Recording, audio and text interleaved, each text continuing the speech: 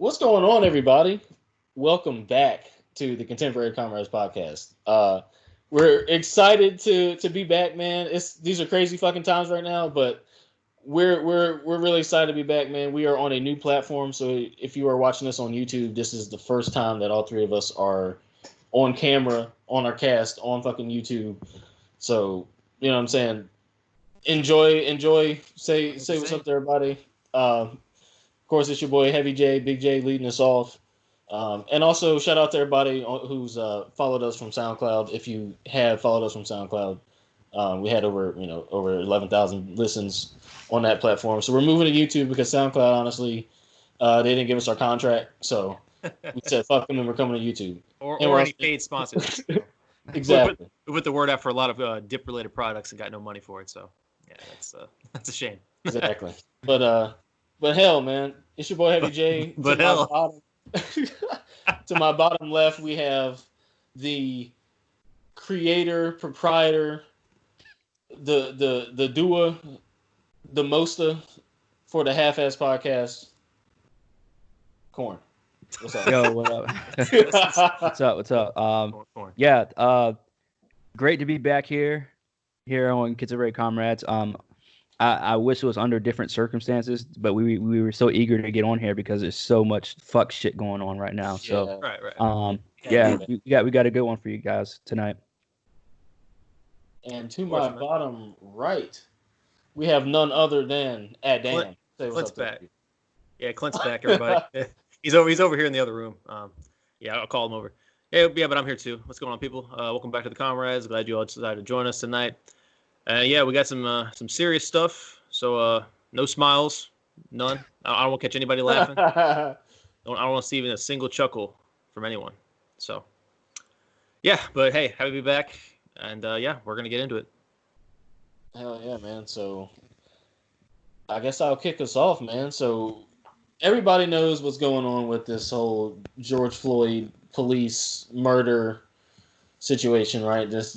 I'm not going to go real deep into, the lead up to it because honestly, it's gone so far beyond him dying at this point that everybody already knows that and it's kind of already past that. So just to give a brief overlay, George Floyd was a black man who lived in Minneapolis, Minnesota, and he apparently passed a counterfeit $20 bill. Had the police called on him. They got into some verbal altercation. Next thing you know, apparently he was quote unquote resisting arrest. Who knows if that was actually the case or not? I haven't. I have seen some videos, and I just it could go either way. I've got. You'll hear some shit later, but yeah. So long story short, he gets thrown on the ground, handcuffed with a cop's knee in his neck for, 8 or 9 minutes or something like that? Yeah, it's still around at 10 or so, yeah. Suffocating him and killing him, right? Yeah. So, and apparently this cop has had a whole host of police brutality issues against him previously. Including murder. Right. He's been, I guess, was he tried for 2 previous police shootings? One was a Native American Indian, and the other one was I don't know if he was Spanish or or Hispanic or something like. I don't know if he was Spanish or Colombian or something like that. He was of Latin descent, right? Well, that's what we have to show on that paper, right? No, this is stuff that I've seen. This is like I said, I've looked. So that being said, that has sparked, of course, everybody's favorite topic. If it's not the virus, it's racism, right? Absolutely, man. So that's sparked this whole damn near nationwide. Actually, probably is nationwide at this point. String of marches, protests, robberies, looting. Looting, same difference. Arson. Like police precincts are getting burned down. Fucking that was restaurants crazy. Are getting burned down. Stores are like department stores are getting burned down. Small businesses are getting burned down. You know what I'm saying? it's getting to the point where police they're either taking it one of two ways. They're if it's a peaceful outing, they're actually marching with some of the protesters. I've seen actually a few states where some police, I guess, some cities like, for instance, Flint, Michigan, they actually said fuck it and started actually marching with the people who were marching. Yeah, man. I guess that's cool, but yeah. And most other places are doing the complete opposite, and they are instilling curfews. But these are the places where really the most violence is. So they're instilling curfews. They're using non-lethal weapons against people, telling people to go in their houses. Full on like damn near martial law type shit. So it's kind of going both ways. But you guys want to add anything real quick before I? Did you see that video where the woman was filming outside? It seemed like a pretty nice neighborhood that they were in. Yeah. She was filming outside of her house, in front of her house with her kids. Yeah. And the cops were storming the streets, and then they're yelling at everybody, like aggressively yelling at everybody, telling them to get inside the house. And then one of the cops shoots one off at him. Yep. Shot one at the kid and the woman. Yeah. Wow. And they all ran inside. I saw that one. I don't know where that was. I'm guessing probably California because they're just reckless as fuck out there. It's either California or Florida. I thought it was Washington State, but I could be. I don't know. Wrong. I don't know where it was. I really don't know where that was at actually, but. I agree. Florida's reckless though. But yeah, that was a full on. That was full on martial law shit. Like that's real. Like if that were a real bullet, the only thing that make a difference is they were using live rounds. Honestly, that's the only difference. Yeah. Which again, that in of itself is a form of mind control. But we'll get to that. What I was going to throw in is just I noticed a big post on Instagram about a riot in California where they had a broken down cop car and it was just painted to hell with all kinds of this not propaganda, but protesting stuff. People are standing on it, blocking off roads, and it's just, yeah, dude, it's definitely getting real. But people will do that at the drop of a hat. As soon as something like this happens, I feel like people actually enjoy it. Some of these people actually enjoy the anarchy and chaos, so they just jump right on the chance to, go let loose, if lack for a better term. That's true. This isn't the first time we've seen this either. Like this is the millionth time we've seen this since what, 2013, 2012, something like that. Yeah. Oh, yeah. But I don't know why. But this time feels so different though. I honestly don't know why. It's ramped up. It's probably. I mean, honestly, I feel like a lot of it has to do with the COVID shit. People are already boxed in and they're going insane. And yeah, this might have been a something that happened that made a few of them but made a chunk of them just decide to go extra ham for the occasion. I mean, who's to say? But what are they doing differently than they did the last riots, though? Like, nothing's different. They were still burning down buildings. It just wasn't happening in California. You had the Missouri thing that happened years ago, where they were burning down buildings. They were looting and all this other shit. Yeah, didn't it already happen? Didn't it already happen in Chicago as well at one point a couple years ago? I believe so too. Yeah, they had some riots. Probably, I wouldn't be surprised. And because this kind of shit happens after every single time. I wouldn't say every single time, but it seems like every single time a national, story, a story becomes national from police brutality. We see shit like this happen. We see cities and people. It starts out as peaceful protesting, which again, I'm not, I'm not fully against or anything, but we have the freedom to do that. But then after that, it goes from peaceful protesting to then people rioting, which again, rioting and then looting, and like it's just crazy because now you're talking about people fighting for fighting for equality and racism, right? Or race equality, I should say, not in racism, but racial equality. And when you're looting and destroying the business of your own race, what kind of message are you sending, and what are you doing this for at the end of the day? And no one can. Now, I wouldn't dare go on Twitter and say this only because everybody wants to fucking cancel somebody because somebody wants to ask why the fuck are we rioting? But seriously, what kind of what kind of message are we sending? Like what? Like no one has yet to explain what is the purpose of rioting, of using violence, and burning down businesses, of doing it. Like I said earlier when I was interviewing Joe Trump, if you're gonna burn down a building, burn down government buildings, burn down the Capitol building. Go to the. I wouldn't say go to the White House. You would never be able to even touch the White House. No. Maybe. Well, that's the problem. They But can't go to touch these the government Capitol either. buildings and try and burn them down. Don't go and burn down someone who probably is marching with you or helping you or would help you. And going there and stealing all their shit. They worked their entire. I watched, dude. I can't tell you, man. It's really hard to make me emotional when it comes to real life shit. It really is. Yeah, same. And this Yeah, I stuff, relate. I relate. this stuff really got me emotional when I see somebody that worked their entire life to, have a business. You had the COVID shit happen, which means they might lose their business anyway. Yeah. And then now when stuff starts popping back up, everything starts opening back up, and you're giving people signs of hope, then this bullshit happens. And I saw a few videos where I see old black men crying. Do you know how much pride you have to set aside in order to cry in front of a fucking camera to try and keep yourself from crying in front of a camera? A lot of fucking pride you got to let aside for that, Yeah. especially being an adult black male. Yep. These dudes are crying because their entire life's work is being destroyed by somebody that they probably were helping in the community. Yeah. Well, the people in the minority get brushed under, man. It's all about the big numbers here. Anybody rioting doesn't care about the little guy, and they never have.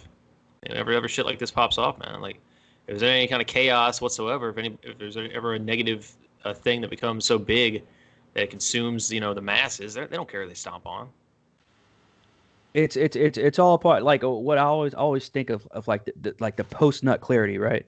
It's like after you nut, it's like after you nut and you get your mind straight and you don't make those irrational decisions. And that's what I think. I call this like the post nut clarity. It's like if you don't have that, then of course you're gonna follow this person right into rioting, whatever. Like it's crazy, man. Like I honestly I have no idea what the fuck these people are thinking. I feel like they might think this is some big event, like this is fucking EDC or some shit. I don't fucking know. Right. Dude, I don't know either. Well, again, it's like I feel like it has a lot to do with just this lockdown shit. I mean, maybe not directly this event, but this has happened before. Of course it has. But I think they want to just make some noise because we just had a wide scale thing happen that fucked a lot of people up, and now we have another one.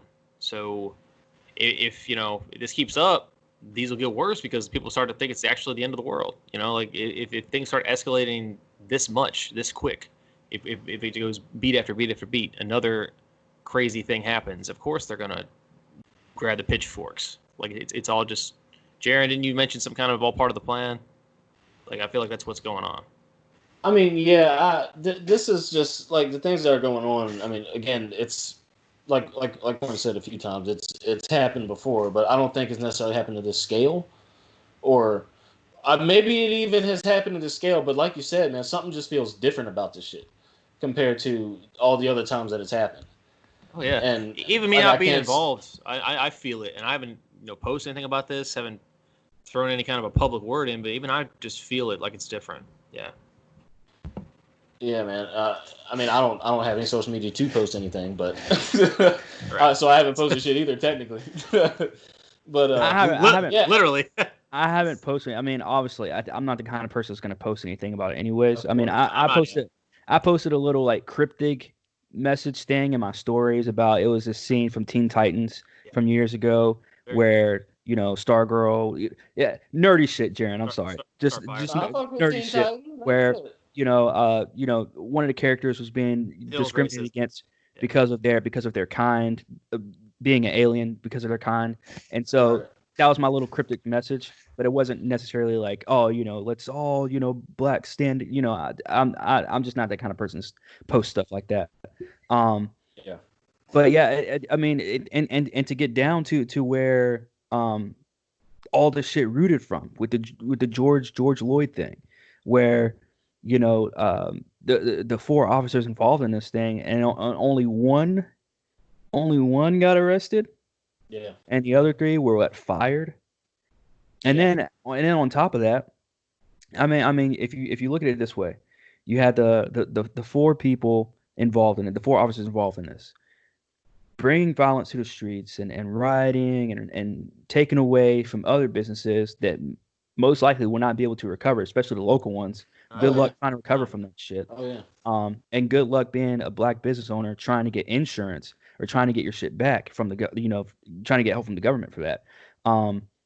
If anything, again, I'm not big on the whole they're trying to keep us down, government's trying to keep us down thing, which I do believe that, but at the same time, that's not what I'm trying to push out either. But good luck trying to get help from the government, because as we already know, they hesitate to even arrest an officer who was caught on tape murdering a black man. So what makes you think you're going to get money from the government to help you get your business back from being looted, and this being the root cause of it? Yeah, and again, I honestly can't even say that was the root cause of that, because that doesn't really justify these kids. I won't even say these kids because I don't want to sound old either, but these people people running around robbing and looting and rioting. Good luck trying to get somebody to justify that. And at the end of the day, like I said earlier in my interview, you can't what is the end game here? How is this really going to get? You really think this is going to get the government to bring forth all four officers and give them a maximum sentence? You think rioting, looting, burning down buildings, Starbucks and all that is going to do that? Exact opposite, honestly. It'll do the opposite. They'll have more legs to stand on.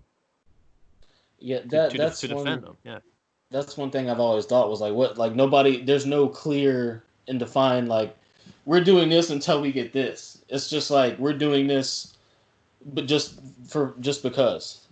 And the thing is, and to answer your question about businesses not returning from this, small businesses in these neighborhoods that these people fucking live in that are getting destroyed are not coming back from this. Oh. The Targets that are getting burnt down, the fucking Louis Vuitton stores that are getting robbed, Starbucks, Icebox down in Georgia, all the shit that's gotten caught on fire, they'll get their shit built back up with government money. You best believe. So on top of 40 million unemployed people, right? So we got. So let's just name it all off within everything that's happened within the last 3 months, right? Sure. We got 40 million unemployed people. A virus hits that pretty much limits all business. A lot of small businesses, small local businesses already died from that. Oh yeah. You have a week and a half back, 2 weeks back in some states, maybe 3 tops. And then you get riots in your city, and then they're breaking down and fucking up and literally destroying everything that literally a lot of these people have built their entire life on. Mm-hmm. And even the big stores, right? Mm-hmm. Then you've got stimulus checks. You've got the now almost $6 trillion that the Fed has just created out of thin air. That is also debt that's going to have to be paid back. Yeah, the one stimulus check. See what we're getting at here. The one check. There's been one check in all this time to all these people. I'm saying checks to people, multiple checks to people. Oh, but people it's one check, but they didn't just spend $1,200. Nigga, they've spent billions. Is what I'm saying. The checks cost trillions. Trillions. The checks cost trillions. And they're hesitant, and this tells you how much they don't give a fuck about minorities. Period.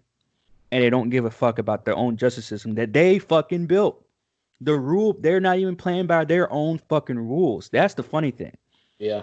It's the same niggas that claimed that 2 police officers were asleep outside of that were supposed to be watching Jeffrey Epstein, and he somehow hung himself. I mean, it's the same niggas, man. Yeah, it is. Same motherfuckers, man.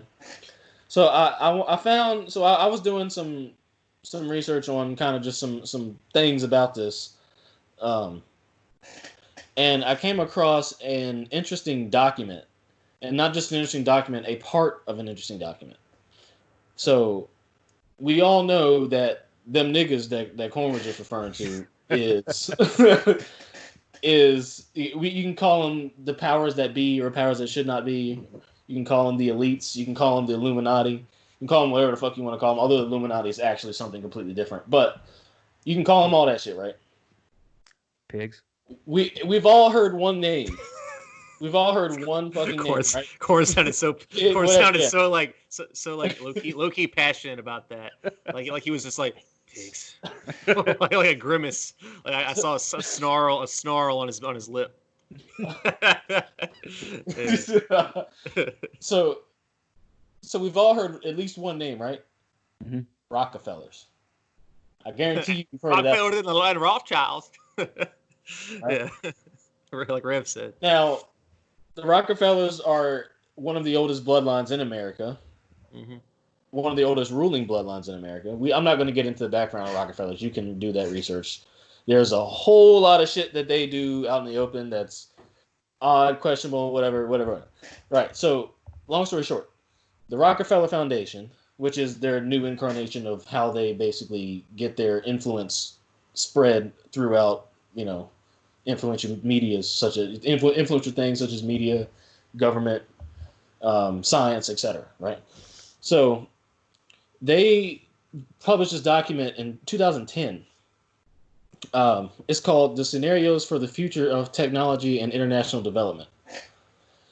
So what this document lays out is basically they pretty much plaster every possible scenario for how technology will kind of evolve within all nations, and also what sort of scenarios they might encounter and how the technology can benefit these scenarios, right?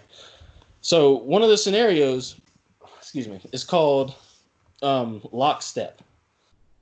And I need to pull up the matrix on it, but I'll pull it up later. But basically, they had a diagram of four possible areas. So look at where I'm looking at. So basically imagine a square around my hands, and they had a different scenario in each square.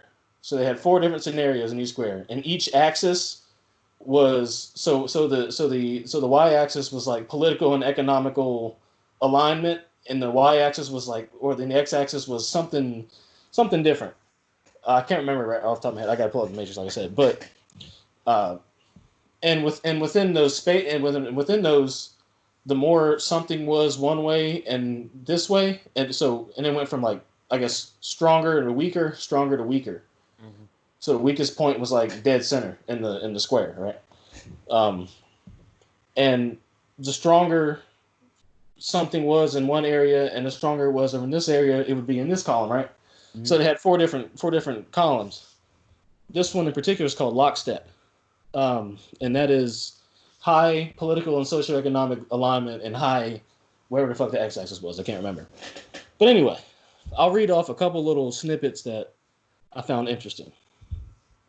So I'll just quote here. So in 2012, they're saying in 2012, but the pandemic that the world has been anticipating for years finally hit. Unlike 2009's H1N1, this new influenza strain originating from wild geese was extremely virulent and deadly. Even the most pandemic-prepared nations were quickly overwhelmed when the virus streaked around the world, including nearly 20% of the global population and killing 8 million in just 7 months.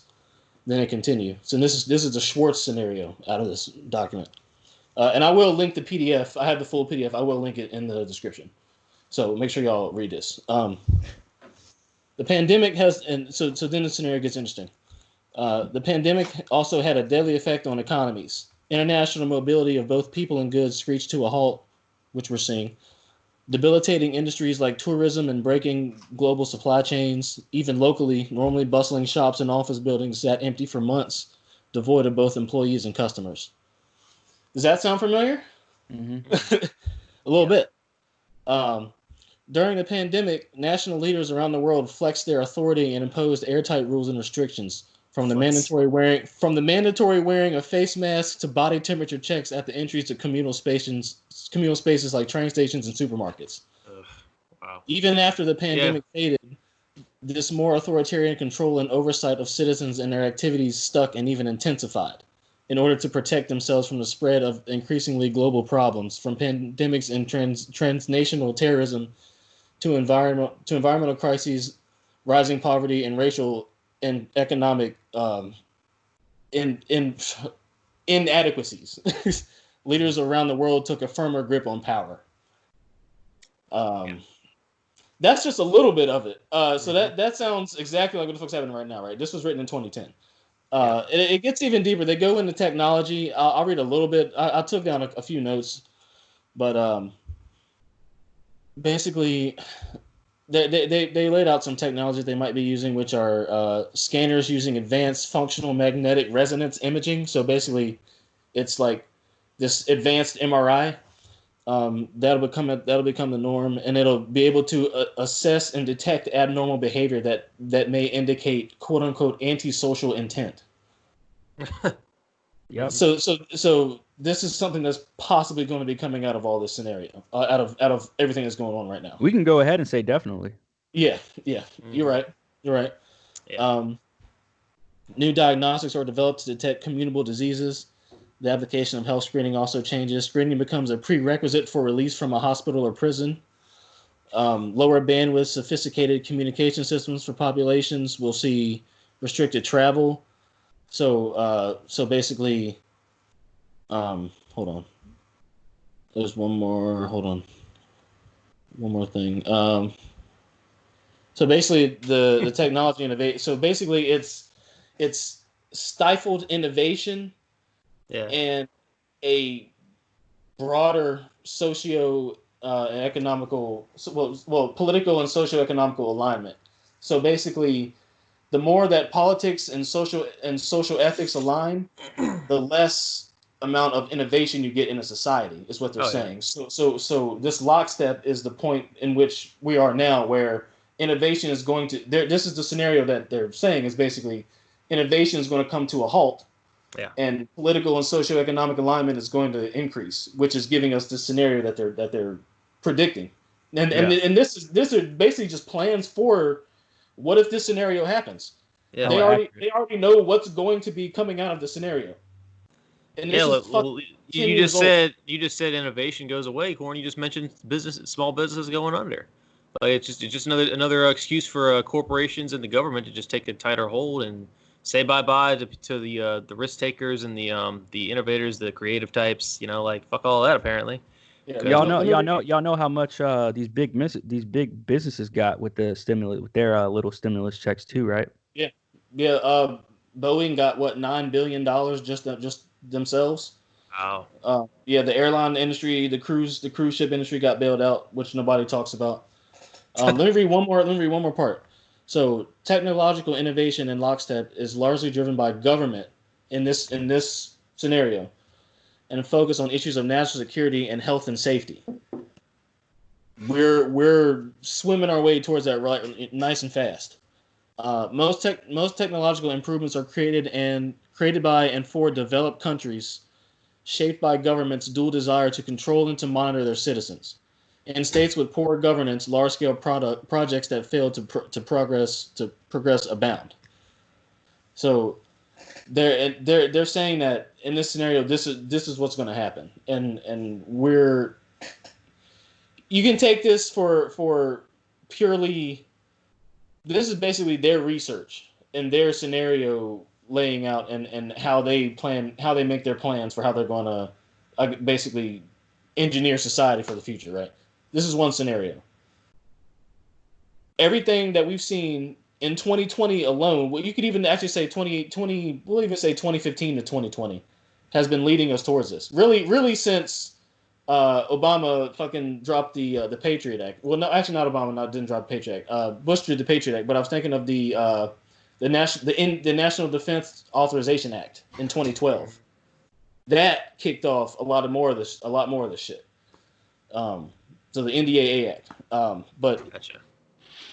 I mean, what do you guys think, man? Like that's just something I found while researching this, which it really is kind of eerie how much it lines up and how this is already a scenario that these people have already played out and planned for and even kind of predicted in a way. That's wild, bro. I mean, it's like you guys always remind me, like the government's always like 10 steps ahead of the people, and just something just you happen to find upon something like that just makes that even more apparent.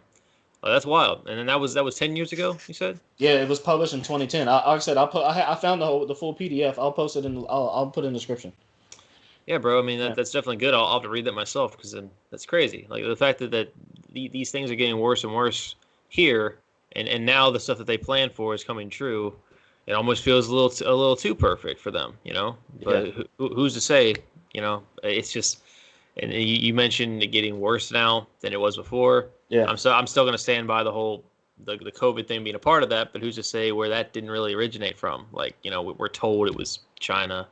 And we got people who will believe anything they're told, and you know, Yeah. you kind of just have to just like last episode we had, we were talking about astrology in like scenarios for like an hour, and this is kind of the same stuff. You just got to really debate with your own brain, and then with like-minded people who want to actually be open-minded about this kind of stuff, and just figure out the answer for yourself, because we're never going to get the full answer from any bigwigs.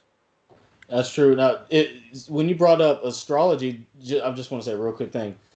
This actually kind of validates what I was saying about going into the age of Aquarius even more so. I remember that about the transition stage being like a lot of political and social turmoil and chaos and all that kind of shit. Yeah. So that also just kind of validates that a little bit more. But Corin, like you had something to say. Yeah, it's wild, man. Another part too of what you were saying too with the where you got the lockbox. Lockstep is what it is. Lockstep. That's the name of the scenario. That was the safety part as well. I mean, I think that the reason why we feel like, at least me, the reason why I feel like this is different than all the other times, because this may be the last time we see these riots and stuff like that. This may kick in some more quote unquote safety for the people. That's true, man. You know, there might be some more steps taken in order to ensure the safety of our communities, and businesses. Now, of course, with the looting part, I feel like that's how they're gonna bring this whole thing in. Is, oh, we've lost so many people. We feel bad for all the businesses that were looted, and we're here for the men. We're here for the people too, for the local businesses as well. And I'm talking as like I'm the government, obviously. Yeah. Where, you know, we feel so bad, you know, for the small businesses that have lost their businesses. So now we're going to start putting up more safety. I don't even know the word for it, but they're going to start implementing more safety things. And the reason why I put the air quotes on safety is because, like Jaron was just explaining, this is all part of their plan. I feel like they've been waiting for something like this to happen. Yeah. So where now again, this is one scenario. I won't say scenario, but this is one event, tragic event, very tragic event that I really don't want to be that guy to wear the tinfoil hat thing and say that all of it was planned. But I don't know if you guys have seen the mugshot of the officer that was arrested, but I didn't. Doesn't really look like him. Doesn't look like the dude. No. Oh wow! Oh wow! Oh shit! Hold on, I gotta look this up right now. No, I did see that. Yeah. Now that you mention it, yeah, wow. Shit. Yeah. And again, like I don't want to be that guy. I really don't. Well, I mean, we're not gonna get an answer, obviously, for that, because that's well, yeah. But can of worms entirely. At the same time, it's just like I do feel like it. Just what Jaron just explained. This could be a segue, a one-way ticket for us to be locked in wherever we go from now on forever. Yeah. Now, on the side of, you know, seeing all the violence and shit that's going on, this is not something, and I've said this before, and I know, Adam, you don't like hearing bad news about the real world and shit like that, but dude, we're on the topic already. I'm not gonna say no, stop. But it's fine, you, dude. Yeah, but I mean, but you've known me forever, so you know I'm gonna keep it 100. It's what it is, dude. That's the point tonight. Yeah. This is on the other side of this is that our generation is not gonna see this resolved. Now, if we have kids, not even kids, the next generation after us and the generation after that, I'm pretty sure will not see any issues that we're seeing today in terms of racism and shit like that. And I mean, look in the comments. This is another way, as we've seen. Again, I don't want to talk too much about race, but it's right here in our face about racism, right? Yeah, So that's this I feel like when you look at every aspect of our culture, every aspect of blacks in general, or not even blacks, but minorities in general, is that every aspect is evolving. But what's one way of them keeping, no offense, but the white man on top? Police brutality, and the aspect of law enforcement. That's one way of them keeping everyone in check, because that's in every other aspect, everyone is evolving except for that one aspect, and unfortunately that one aspect is the one aspect that controls everything. well, yeah, and you got to look at it this way. I'm not going to play victim here when I say this, but you look at what police are there to do at a high level, right? They're there to enforce laws and to keep order, right? Hmm. Um, Now, you may or may not think, or may or may not be able to say that laws are written and can be enforced in such a way that does not benefit a generally impoverished community such as the black folk, right? Um, so inherently, these types of scenarios are gonna come to fruition when you combine everything that society allows to be created to then come together and create the scenario where that is the black man getting beat up and arrested and killed by the white cop, right? Hmm. There's a couple of things. Statistically, there's not that many black police officers, right? Hmm. Also, statistically, the majority of impoverished people are unfortunately black, right? Not saying that there aren't white folks who are impoverished, and when I'm saying impoverished, I'm saying that from the standpoint of that's the spin that they're putting on this situation. I don't know. I assume that the dude, since the dude was passing off counterfeit 20s, that he didn't have a whole lot of money, right? Which I find odd because he knew Steven Jackson and apparently Aaron Hernandez as well. I heard that he I knew. take it. I take it with a Um, grain. I take it with a grain of salt. That I it's I kind of do too. I do too. that I'm it not was gonna. kind of. I ain't gonna hold a brother to it that that is actually the case, and they just. I'm not. Niggas are stingy as well. Anyway, so so I want to know who the person was that called the cops on him about it being yeah, counterfeit. I would Because have that that. because If I that could. Probably that the happened store owner. because that happened the same day that the woman came out of her choking her dog and trying to call a SWAT on a black dude. Right, right. That's right. Exact Uh, same day. Damn. but I guess just to finish my point. Sorry about that. No, no, you're good. I kind of went off. I kind of went off and lost it anyways. But society, people are protesting and looting and rioting at the end result of a lot of other fucking problems that need to be addressed to then solve this particular problem, right? That's the thing I'm getting at. That's why when you look at a situation like this, you got to look at all aspects of it, and you got to really dissect it for what it is from each side, right? But that is not allowed.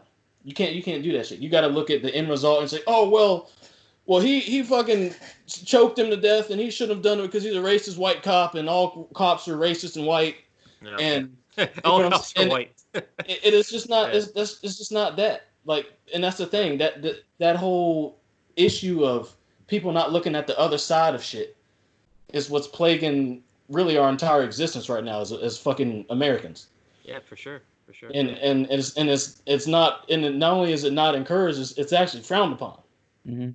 because how many people want to sit there, for a perfect example, how many fucking Democrats want to sit there and research how many Democrats with business degrees are going to sit there and look at what Trump's done for businesses? They're not going to do that. Just like how many Trump supporters are going to look into Shit, he might have Democratic fucked up. candidates? They're not going to do that. They don't want anything against They their cause. hate each other's guts. Yeah, And can't and agree I've on anything. And at this point, man, the whole two sides, again, it's just more pointlessness. Like, why is there not just one political party? At this point, I'm not even gonna go down that. I'm not even gonna go down that fucking can of worms because well, I mean, that's gonna take me out. Yeah, I can't even. We'll have to say that for a whole nother cast. I can't go down that road right now. that's fine. That's fine. That's something I've just been observing for a few more years now. Back when I used to think I was on a side, I used to think I was on a side, and now I'm just so like, I don't want there to be sides anymore. But I have news for you. There is already one political party, and second off, and overt one political party is soon to come from all this shit. So you're wishing that, but that don't worry, you'll get your wish. But All right. Sure. but just to get back to the issue at hand, like that, you can't to me you can't logically protest an issue like this without having looked at both sides and saying, oh wait, guys, we should be mad at ourselves that we let it even get to this point, right? Because you can see the buildup of the issues on this side that create the racist white cop, and you can see the issues on this side that create the downtrodden, sort of impoverished black male, right? That has to pass a counterfeit 20-hour bill to get whatever the hell he had to get. There's a lot of things on either side that are issues amongst themselves that need to be addressed before you can address the full issue. So I mean that's kind of how I feel about that as a whole. Mm-hmm. And just like Corn said, it's very, very, very hard for me to get emotionally invested in anything that happens in society anymore. And it's been that way, I guess maybe my whole life. I don't know, but at least my adult life. Like I can't get I just can't and don't. It just doesn't happen. I look at it as a logical situation, and research and apply what I've researched over time, and I come to my own fucking conclusions, man. Yeah, man. Yeah, that's what you gotta do at the end of the day. Yeah, I mean, and to look at for people that don't want to look deep into things or whatever, think of it this way. This guy died. He was killed. Right. Do you think he would want? And this happens every single time that all this riot shit happens. Is if I die, if I get killed by a cop, last thing I want is for a whole bunch of black people to be running around the country, starting fires, setting buildings on fire, looting, taking away from smaller businesses, taking away from businesses in general. Again, if anything, take away from the government, but not your own people. And by your own people, I don't mean just black people. I mean by people in general. Yeah. You know what really sucks about when they start riots like that, when it's about a person, they're doing it for themselves. At the end of the day, it's not really about that guy they didn't know. They're looking for an excuse to do this. It's just there's a tipping off point. I mean, I'd honestly be surprised if it ever was about the person. I mean, like, because you think his family's involved with that shit? Are they? Because I doubt it. I know they started a GoFundMe and got almost $3 million. Well, that's different. There you go. That's different than so I know riots. They're doing that. Yeah, that's peaceful. Better than riots in the streets and blocking off roads and destroying business. Yeah. Yeah, this is something that's just. I mean, it's repetitive. This continues to happen. Yeah. We see it all the time. I mean, you see, and then I know I always mention comments, going in the comment section and shit like that, but dude, like I said earlier, another one, like you can't.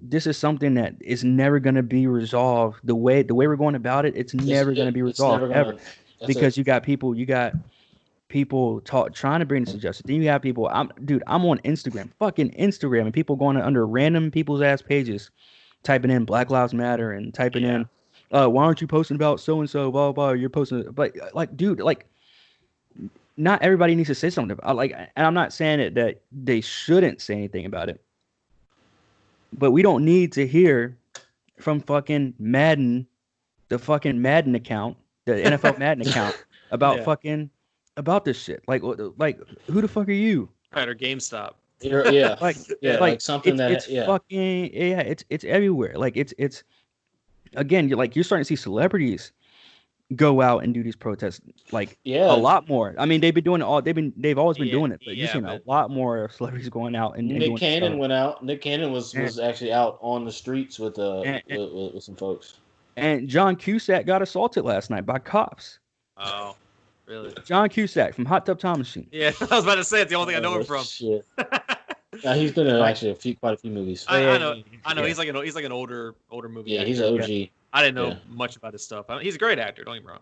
Yeah, but I'm John Cusack. You can't. But I mean, it's damned if you do, damned if you don't, because black people are mentioned, like we're mentioning, like all this stuff happening, the victims, countless victims every year from police brutality, and then you'll see white people go into the comments and say, oh, but what about the black cop that the two black cops that shot the little girl or the white kid or whatever, blah blah blah, whatever.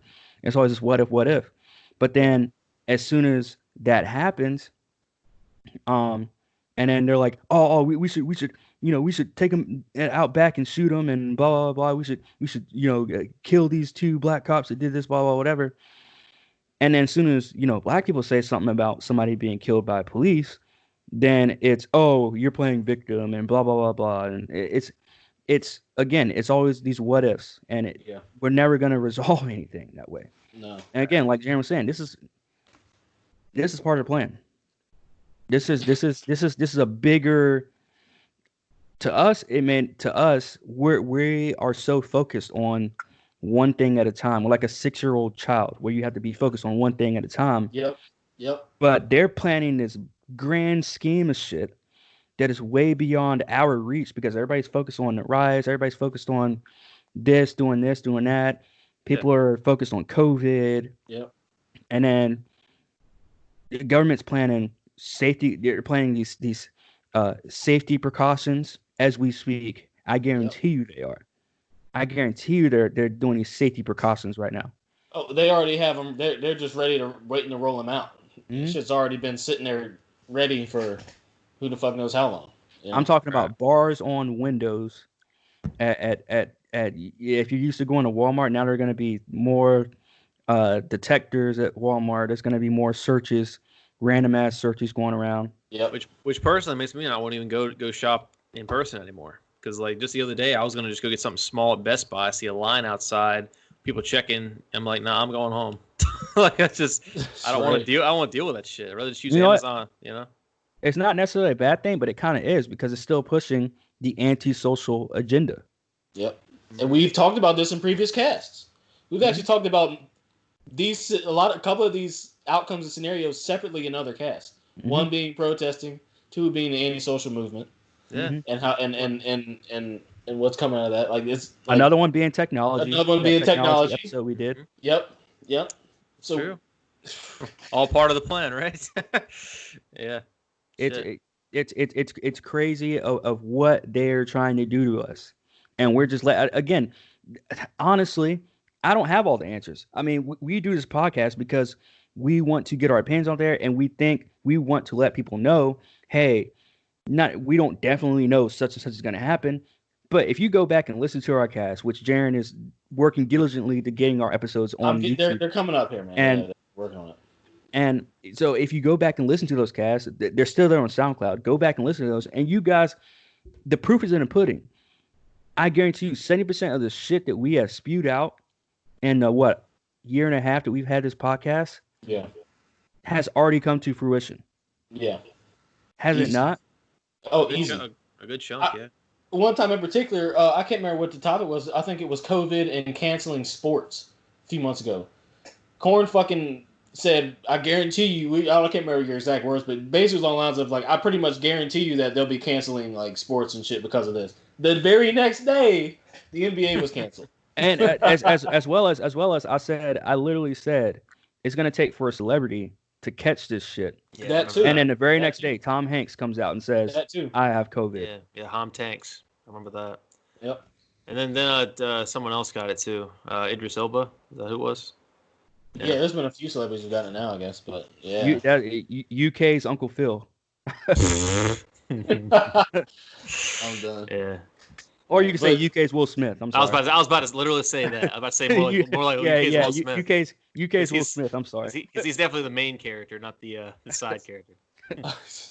I wanted to bring up the riots again in particular, and I just wanted to bring to people's attention there's such a thing called an agent of chaos or an agent provocateur, how they are also are known, which is essentially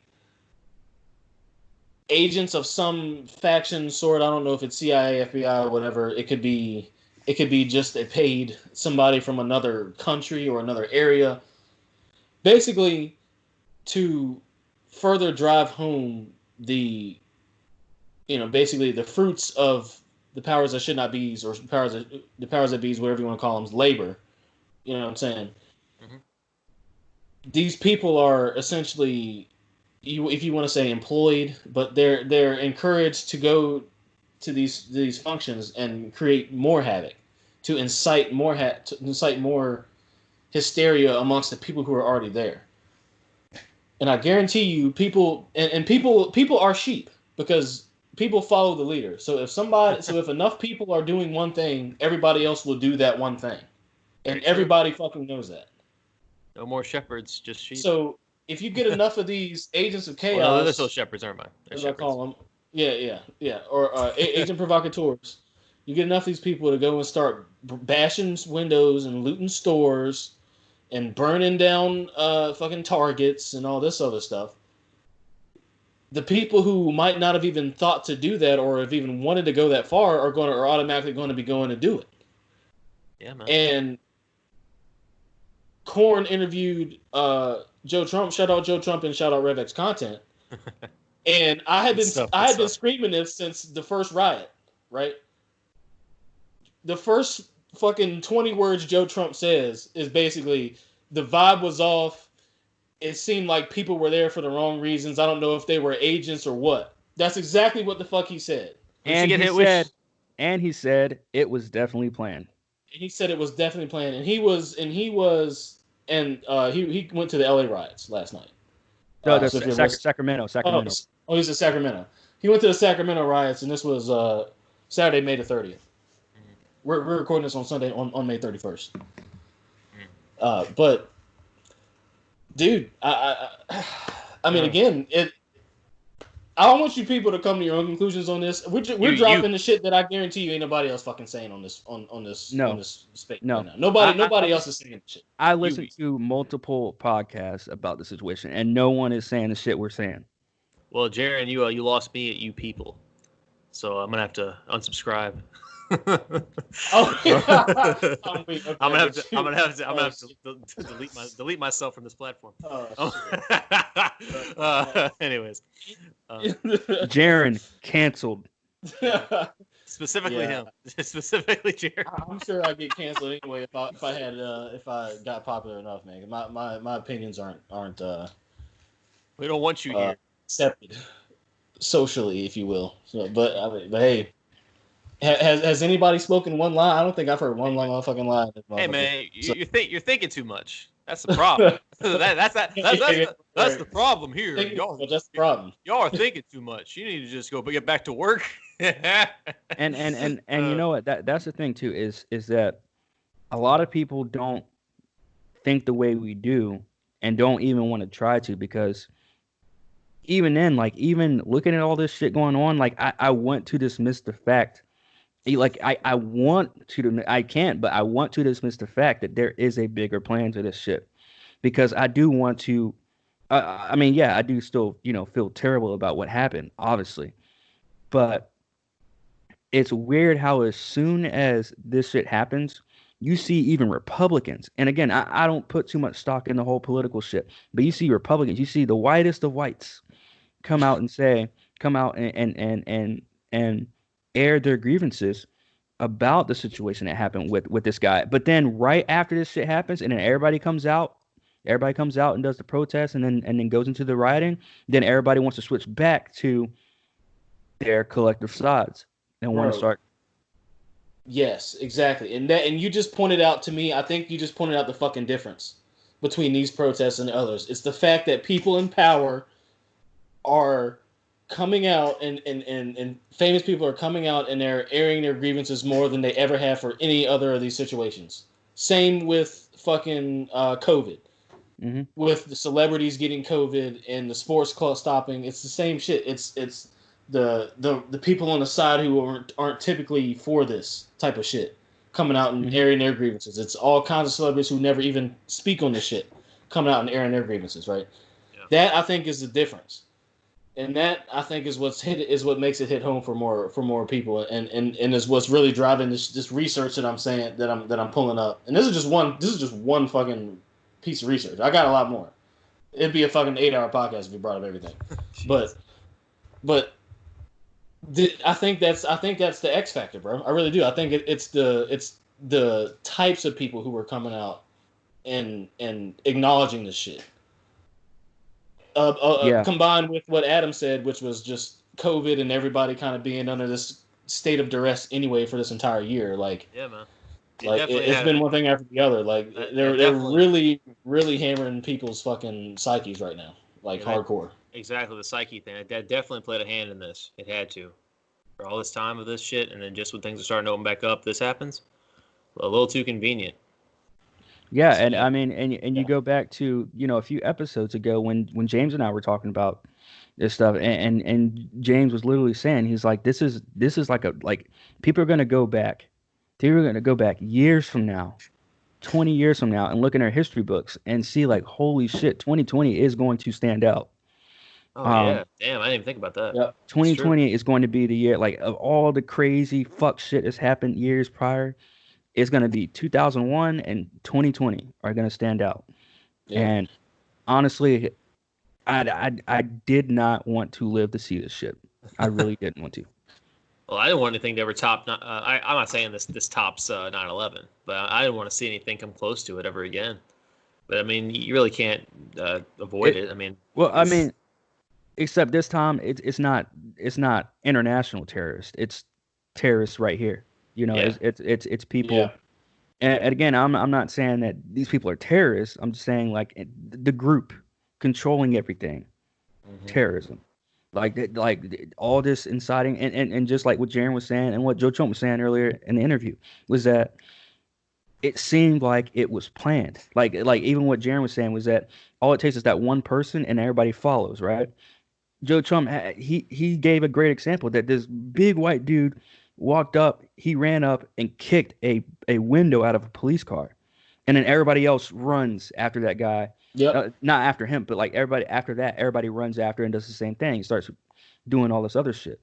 They just need someone, a strong-willed person to like what's the word? Cut the tape or cut the ribbon. Cut the check.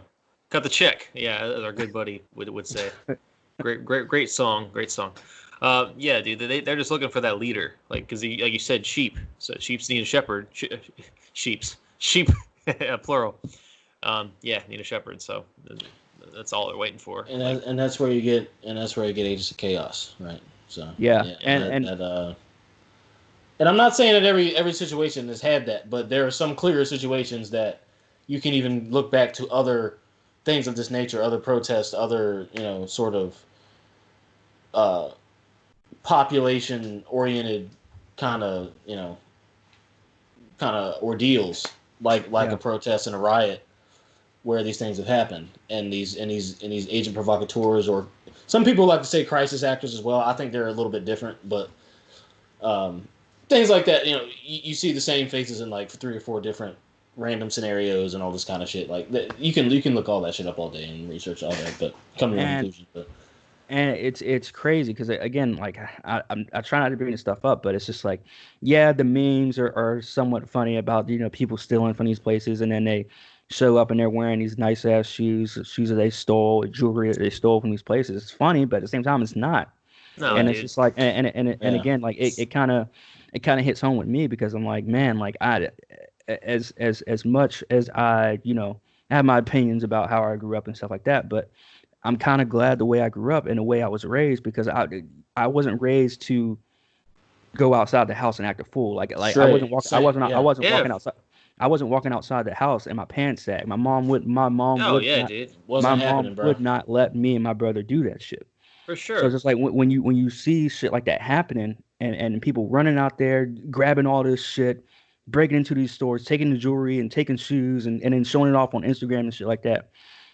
Like, what are you celebrating exactly? It's disheartening, and I can't speak for everybody doing it. I can only speak for my people, and my people being blacks, where it's embarrassing, and it sets us way back. It's like we take 2 steps forward and like a million steps back. Yeah.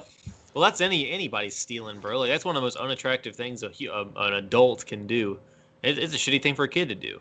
Not anymore. Not in this day and age. I mean, we have snitches out here still making millions, and people still listen to their music. Yeah. Getting so stitches. So running out here. True. Oh yeah, that's fair. That's fair. So running out here, fucking stealing shit and all this stuff like that. That's people. That doesn't change people's opinion on people. Like, this is why I have a very small circle of friends and bros, because I don't like associating myself with people that just do shit for clout. I don't like associating myself with people that go out and do fuck shit. Like, I can't associate myself with somebody like that. I can't be friends with you when you're running around stealing, looting and rioting and stealing and shit like that. Like, I know people that I've worked with recently that would, somebody admitted to running around during Christmas time stealing Amazon boxes off of people's porches. Yep. Like, it's ridiculous. Yeah, that's out of the question. And there's like, I don't know, man. I'm not Uncle Tom or anything like that. It's just I do think that this is fucking embarrassing for blacks. And honestly, I have to agree with you, because we were raised similarly. Honestly, as far as like, you're not leaving the house with your pants sagging, and you're not doing any of that dumb shit, right? You're not going out the house acting a fool. Well, except Jaren, because Jaren's fat, so his parents have to sag a little bit. Jeez. I mean, they don't call me Heavy J for no fucking reason. But or throwing extra shade out of nowhere. Very unwarranted shade. Hey, I had to fit a joke in there. Okay, sorry. That was just an insult. It wasn't even a joke. Too heavy. That's all. I can insult this nigga later. That's like if I just brought it out of nowhere. That's like if I just was like, yeah, man, I was having some good dinner, man. Corn, your bandana looks stupid as shit, bro. Fine. Anyways, go ahead and ice me. I'm Go kidding. ahead and ice me. I ain't got no fucking hair, bro. What you mean? I wasn't even talking about your I hair. can't ice your fucking hair. I mean, I wasn't even talking about your hair remotely. I said your bandana looks fucking stupid as a joke. Like chill, bro. I'm not gonna start shit. Anyway, I got a bad haircut the other day, and I had to fix it myself. So whatever. Hey man, it's that quarantine life, bro. My beard was all rough and tumbly a couple weeks ago. Anyway, so my disconnected beard was looking pretty shit too. I had to shave it all off because it doesn't connect. Unlike Jaren's beautiful beard, I have to shave all my shit off. So, but yeah, as a black man, I can't help but see, first off, I guess I'm a very critically thinking black man, so I think that part separates me a little bit from, I guess, just being like a black dude, right? Because I'm not going down this road necessarily, but I've been outed my entire life for being the skin color that I am and being the way that I am, right? Samesies. I've never necessarily been fully accepted, in my opinion, by the black community. To be 100% honest with you, I noticed you guys saying that when we were just kids, and I never understood it, because obviously I didn't understand it. But yeah, like I never really got what you guys meant by that, because we always clicked really well. But then yeah, I guess I started noticing it kind of in the sidelines. I really don't have much of I won't say strong opinion, but not like a personal opinion on it.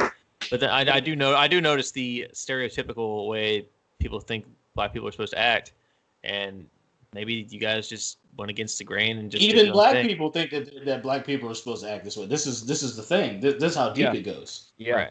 And just for the listeners who for any new listeners we might have, we all three have known each other. I've known Adam literally since diapers, before we were 1 year old.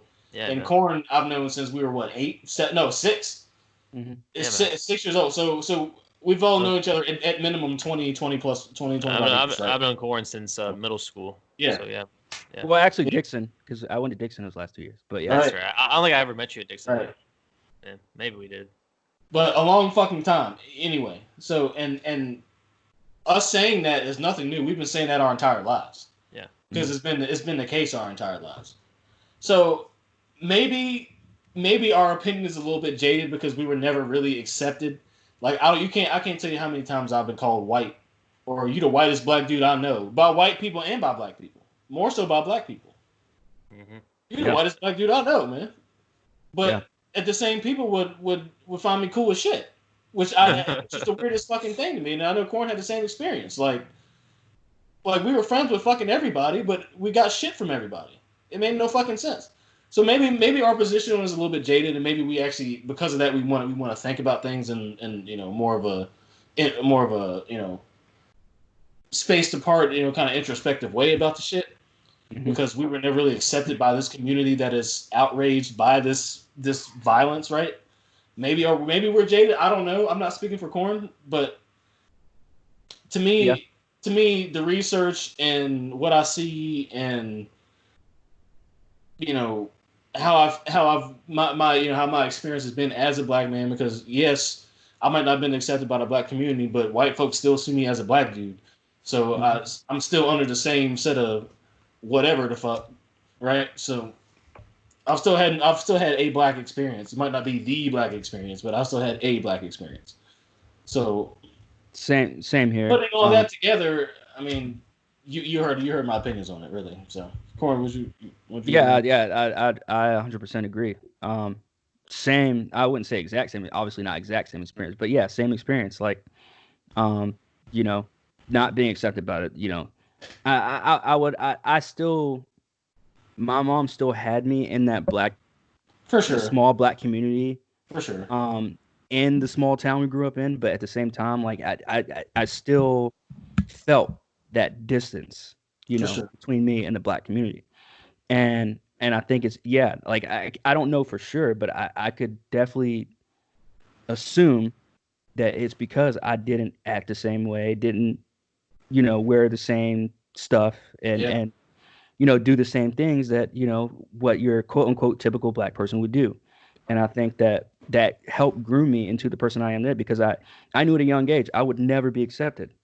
Not just by the black community, but by a lot of communities. A lot of communities, exactly. I wouldn't be accepted. Exactly. So I was like, that's why I've never been the kind of person to try and impress someone. Even at 27 years old, working at my job, the reason why it took me so long to even get promoted is because I did not want to impress. I don't try and impress anybody. I do what I need to do to do what I want to do. Yeah, I'm the same way, bro. As far as jobs go, yeah. And that's just the way I am.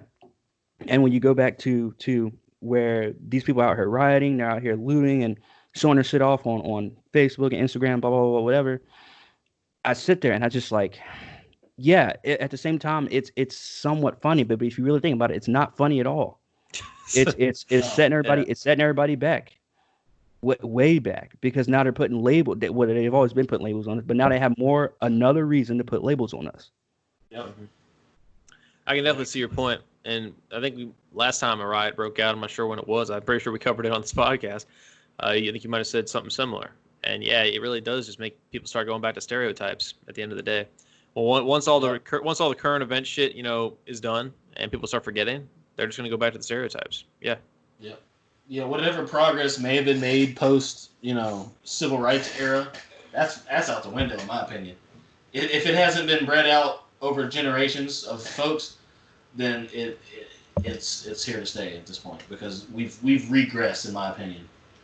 Yes, in a lot of ways. We've progressed in a few ways, but I think we've regressed in a lot of ways.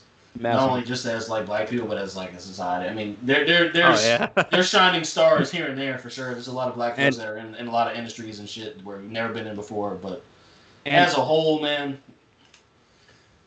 yeah. And I don't want to open up this discussion that I'm about to say right here. Yeah. Okay. But James brought up a really good point that I try not to bring up race on my own podcast, just because that's just a personal thing that I just try not to do. But it always ends up coming up. We don't bring it up in general though. Like, in our lives. It's not in our conversation. Yeah, it just always for some reason it always comes up though. It's just something that's just inevitable in some ways. And James brought up a really good point though. He asked me, he was like, how do you feel about the cultural appropriation when it comes to people outside of the black culture, coming into the black culture, taking that culture and taking it elsewhere, and they become bigger stars than our own blacks. And it's just one of those things where I'm like my mind, like, because I always thought about that, and my mind was like blown. I was like, that's wild. I'm not the only person that really. I was like, it's crazy, and it's something else to just fucking think about. It's because I feel like that's something that they're gonna try and separate us from even more. Is they've got their stuff over there, so they've got people coming in over there looking at, okay, they're doing this, they're doing that. Okay, I'm gonna go do this over here, make more money, get bigger, become more famous, become more successful, have this billion-trillion-dollar business off of something that someone else created in Detroit. Yeah. For example, Yeah. Okay. Yeah.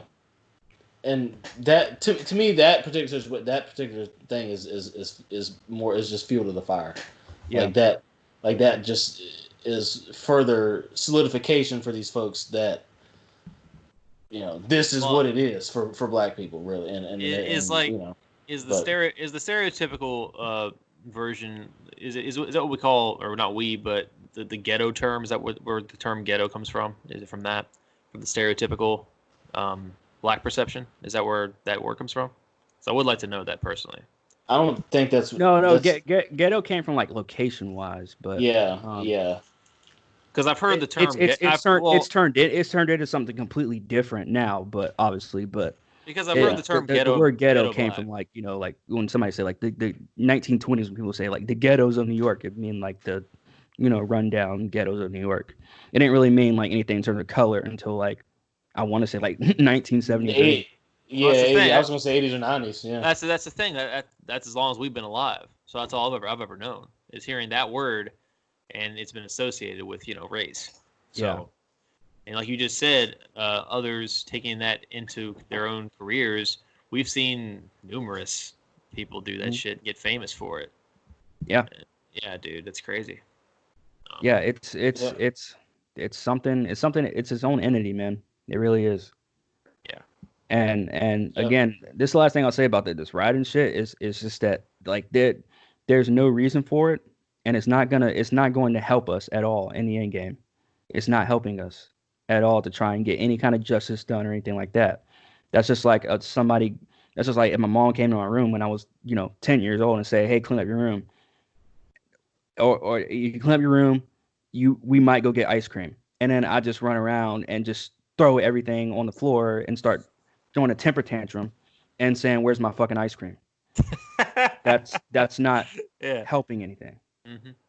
Yeah, literally doing the exact opposite, and wanting the results. I like that. Yeah, that's a good analogy for it. So I just got word that I was actually just checking my notes and then I saw a text message pop up. I just got word that I live in Virginia. I'm not gonna say where, but I just got word that an area very close to me and close to people I know, protesters just got gassed in this particular area in Virginia.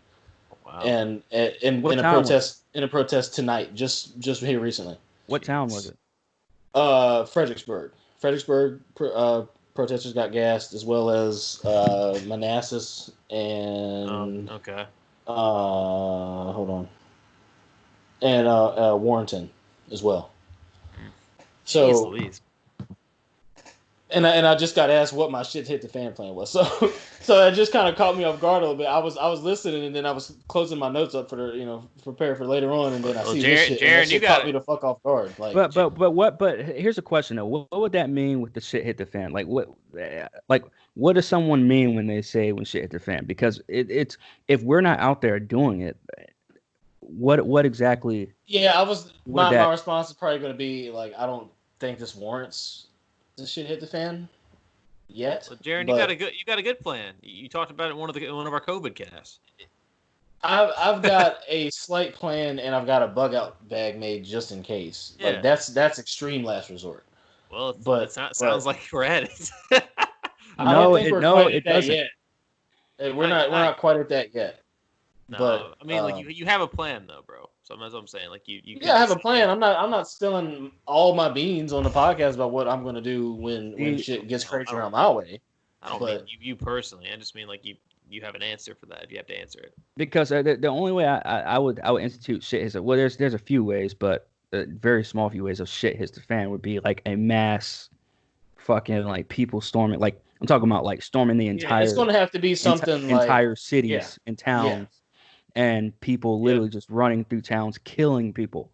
That's what I think of shit hits the fan kind of stuff. yeah. Is because besides that, it's if you ain't outside, and when I mean by outside, I mean like running around in these streets outside. I'm not saying it doesn't affect us because it does, but it's not a shit hit the fan scenario It's because not. niggas ain't out here running around looting and protesting and shit like that. And again, I'm not here nor there when it comes to protesting, so I'm not saying it's good or bad. I'm leaving that to my own personal stuff, but Yeah. I'm not gonna be out there protesting. That's all I'm saying. And I'm personally not either because we've gone over the reasons why we're not protesting. We know what it really is, right? Yeah, of course. So we're not doing that. But yeah, I think it's particular person was just asking because for future preparations, but because there might be some things in the works, but yeah, I just found that interesting that like we're talking about this very thing right now, and then areas, within I guess a few hours of me are they're getting gassed and shit. So As hell works like that. and it's like areas where like it's still kind of rural and shit. Like it's not Yeah. even really like areas where I would think that Like Richmond or there's something. really a progressive type of vibe. Like Richmond, I can understand, right? Yeah. That's the state capital. That type of shit's gonna be there. Yeah. But Right. like fucking Warrenton, like really? You dig what I'm saying? Like that's odd to me. Again, yeah, And that further and the reason why solidifies it's why odd, this is different, in my the opinion. reason why I think it's odd as well is to go back to the whole plant thing. Is that somebody's? I'm not saying definitely, but I mean, you look at the Charlottesville thing where I believe that driver was planted in that scenario. Exactly. I believe, with the shit happening in California, even Joe Trump was saying, like, people were planted, people were there on purpose. It was all planned for people to be there. They planned for all this shit to go down. Yep. And I think that once it starts happening in these rural places too, yeah, that's something I don't see how it couldn't be planned.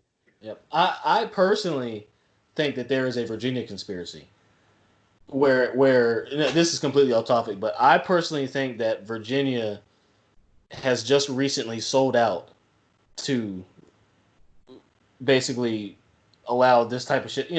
Traditionally shit like this hasn't happened in Virginia because of all the government agencies, law enforcement agencies, what have you, that are housed in the state or in and around the state. So Virginia has traditionally kind of been like a safety bubble of this shit really ain't happening to us because of what's here, Mm-hmm. which is another telling sign. I've lived here my entire fucking life, and I can tell you that that's a fact. Yeah. And Adam, I mean, most of that. But anyway, Yeah. I think that the fact that you combine the Charlottesville shit, so we had a worldwide terrorist attack in fucking Charlottesville, Virginia. Yep.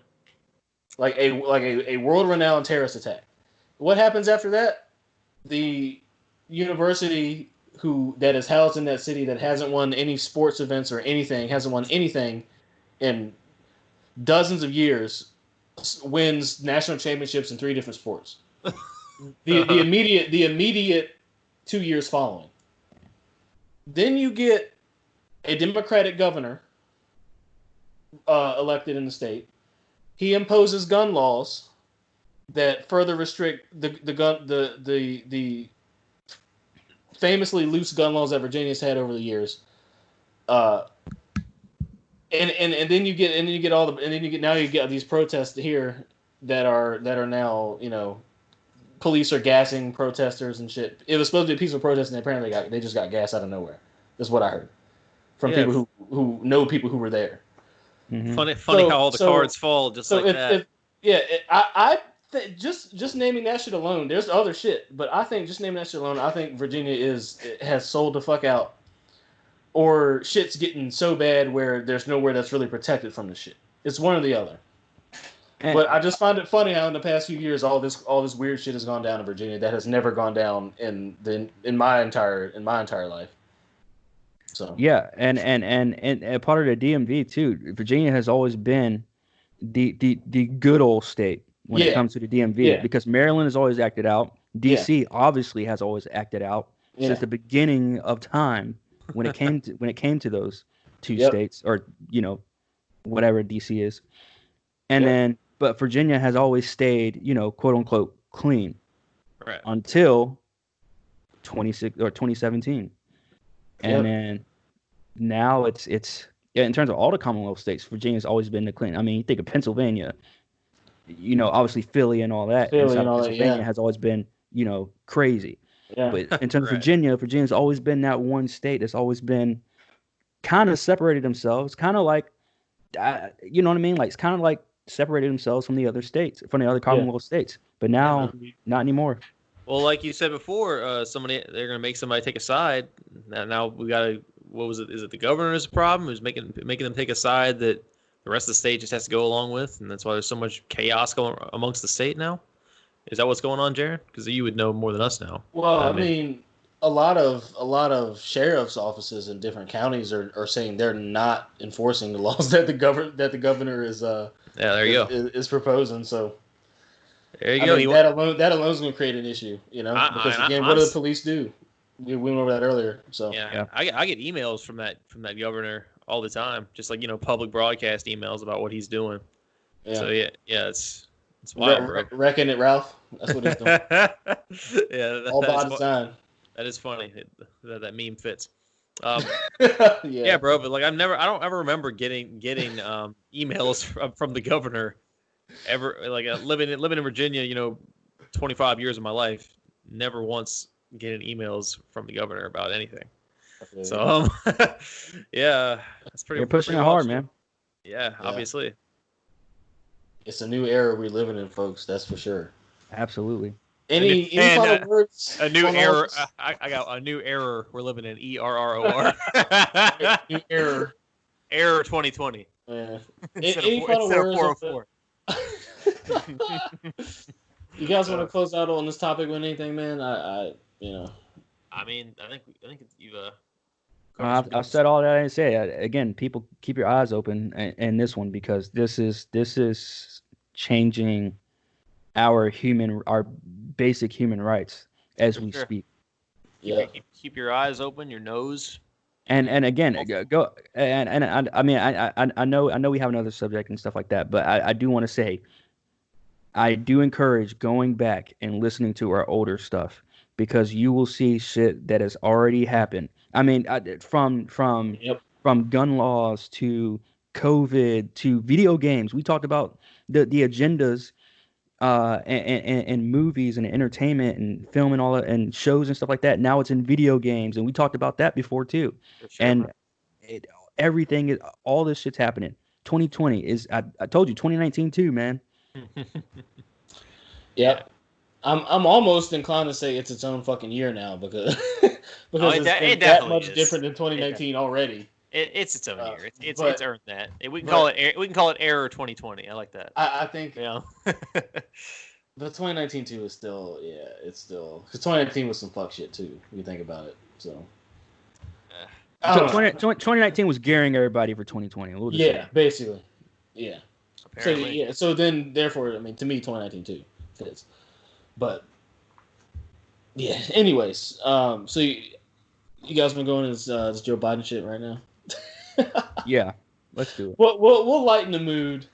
Let's do it. So, former vice president and also presidential candidate for 2020, Joe Biden, has come out and said some sort of outlandish shit, I guess.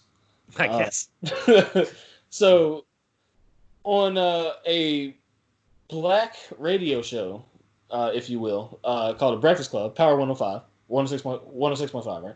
Anyway, The Breakfast Club, right? Everybody knows The fucking Breakfast Club. If you watch YouTube, you know The fucking Breakfast Club. They are probably the most pushed radio station on there other than, like, Joe Rogan. Joe Biden recently sat down for an interview with The Breakfast Club, and he had something questionable to say, and I'm just going to play the single clip so you guys can hear it. You can actually hear it this time. and then we'll go into it. Yeah. All right, Joey, if you have a problem figuring out whether you're for me or Trump and you ain't black. So he sounds drunk. He's This dude like drunk the whole interview. does this dude popping 40s in there? Play that again. All right, Joey, if you have a problem figuring out whether you're for me or Trump and you ain't black. See, you couldn't even think about what Trump's name was. They are me or figure it out. Me or Chump. Before we get into this, I just want to say I'm gonna have to like get my passport like ASAP and take like a month vacation once it hits November. Good luck getting out of the country, bro. Once it hits November. Before we get into this, I need to get some water really fast. Hold up. But once it hits November, I'm taking a fucking hiatus somewhere, dude. Ain't no fucking way. There is no fucking way. I'm gonna no man, because some shit's gonna pop off, bro. No matter who wins, some shit's gonna fucking pop off, dude. You already know. Seriously, because, and again, that's what I call more fuel to the fire. Yeah, that's what I call more fuel to the fire. But no, like we can really get into it. So, yeah. Fucking Joe Biden. Now, if you check out this interview, I think it had over 1 million views in the first like 12 hours, but. Because of that, because of that particular clip. But if you listen to the entire interview, he sounds very like.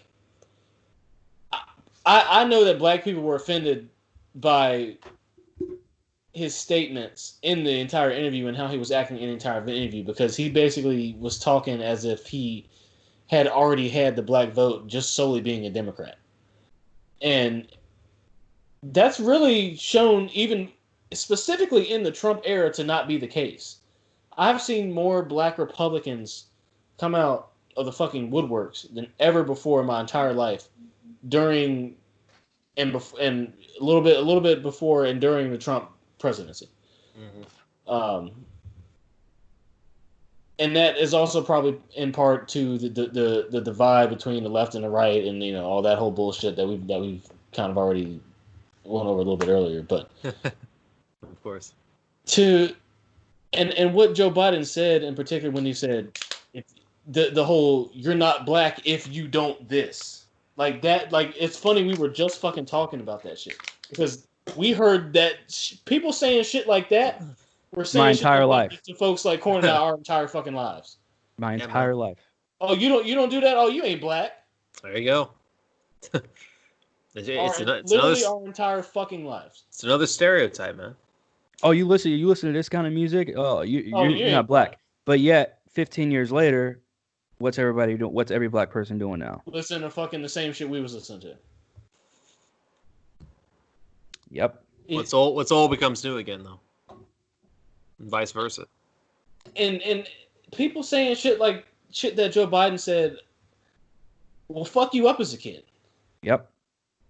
It will fuck you up as a kid. Mm-hmm. And it's something that you can't really understand unless it's done to you. Like when an entire group of people now you're not necessarily racially aware as you are when you're an adult, as you are when you're a kid, like in elementary, middle, and high school. But kids were saying this shit. And if you're outed by people who look like you and you're that young, that shit fucked with you a little bit. Mm-hmm. So for me, for Joe Biden, not that I would vote in general, but especially not that I would vote for fucking Joe Biden. We ain't getting into that right now. But for a presidential candidate, somebody that's supposed to have this sort of stature and supposed to have some sort of, be held in higher regard than an average person, to say the same shit that some fucking kid said to me in middle school and in high school, like the whole time I was growing up, to say some shit like that. Yep. That to me tells me everything I need to know about society, about politics, about Joe Biden as a person, about any of that shit. That tells me all I need to fucking know.